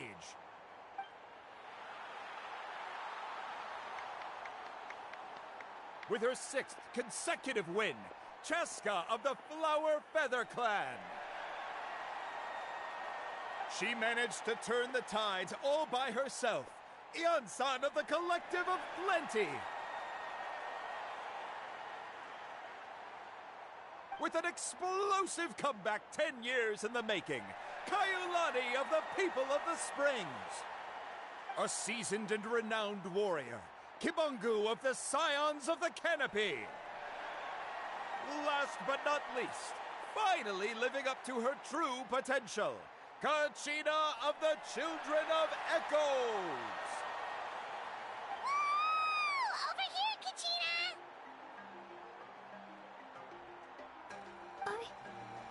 I made it. Feels like a dream. This is no dream. Your strength is what got you here. We'll be going to war together. It's an honor to fight alongside you, Kachina. No matter how many pilgrimages I witness, I'm always overwhelmed with pride in this moment. Pride for you, my brave warriors.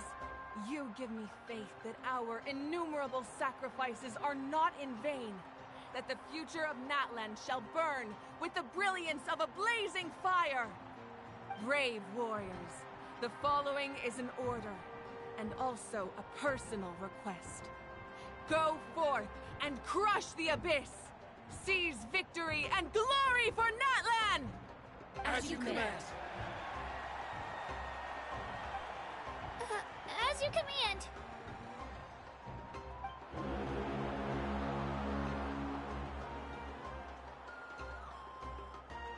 Traveler, Paimon, there you are!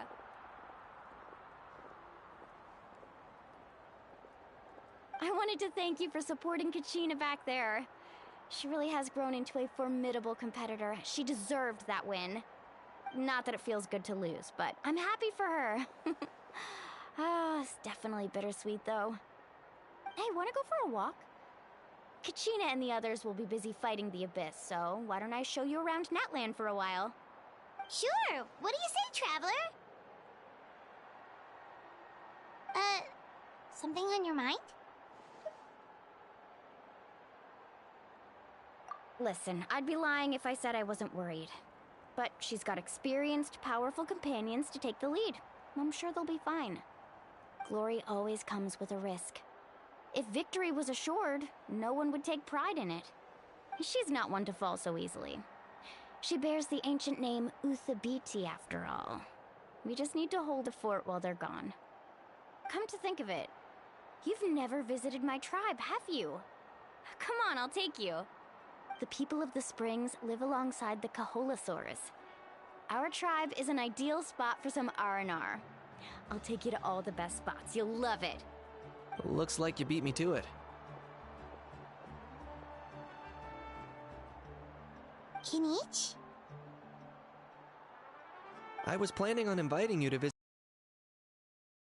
Most of the adventurers that belong to the guild come from my tribe, so I figured you might be interested. Hey, first come, first served. You snooze, you lose, Kinich. Yeah, you were first. Still, Traveler, Paimon, feel free to stop by if you ever have time. You're always welcome. Yeah, thanks for inviting us. All right, let's pack up and head out.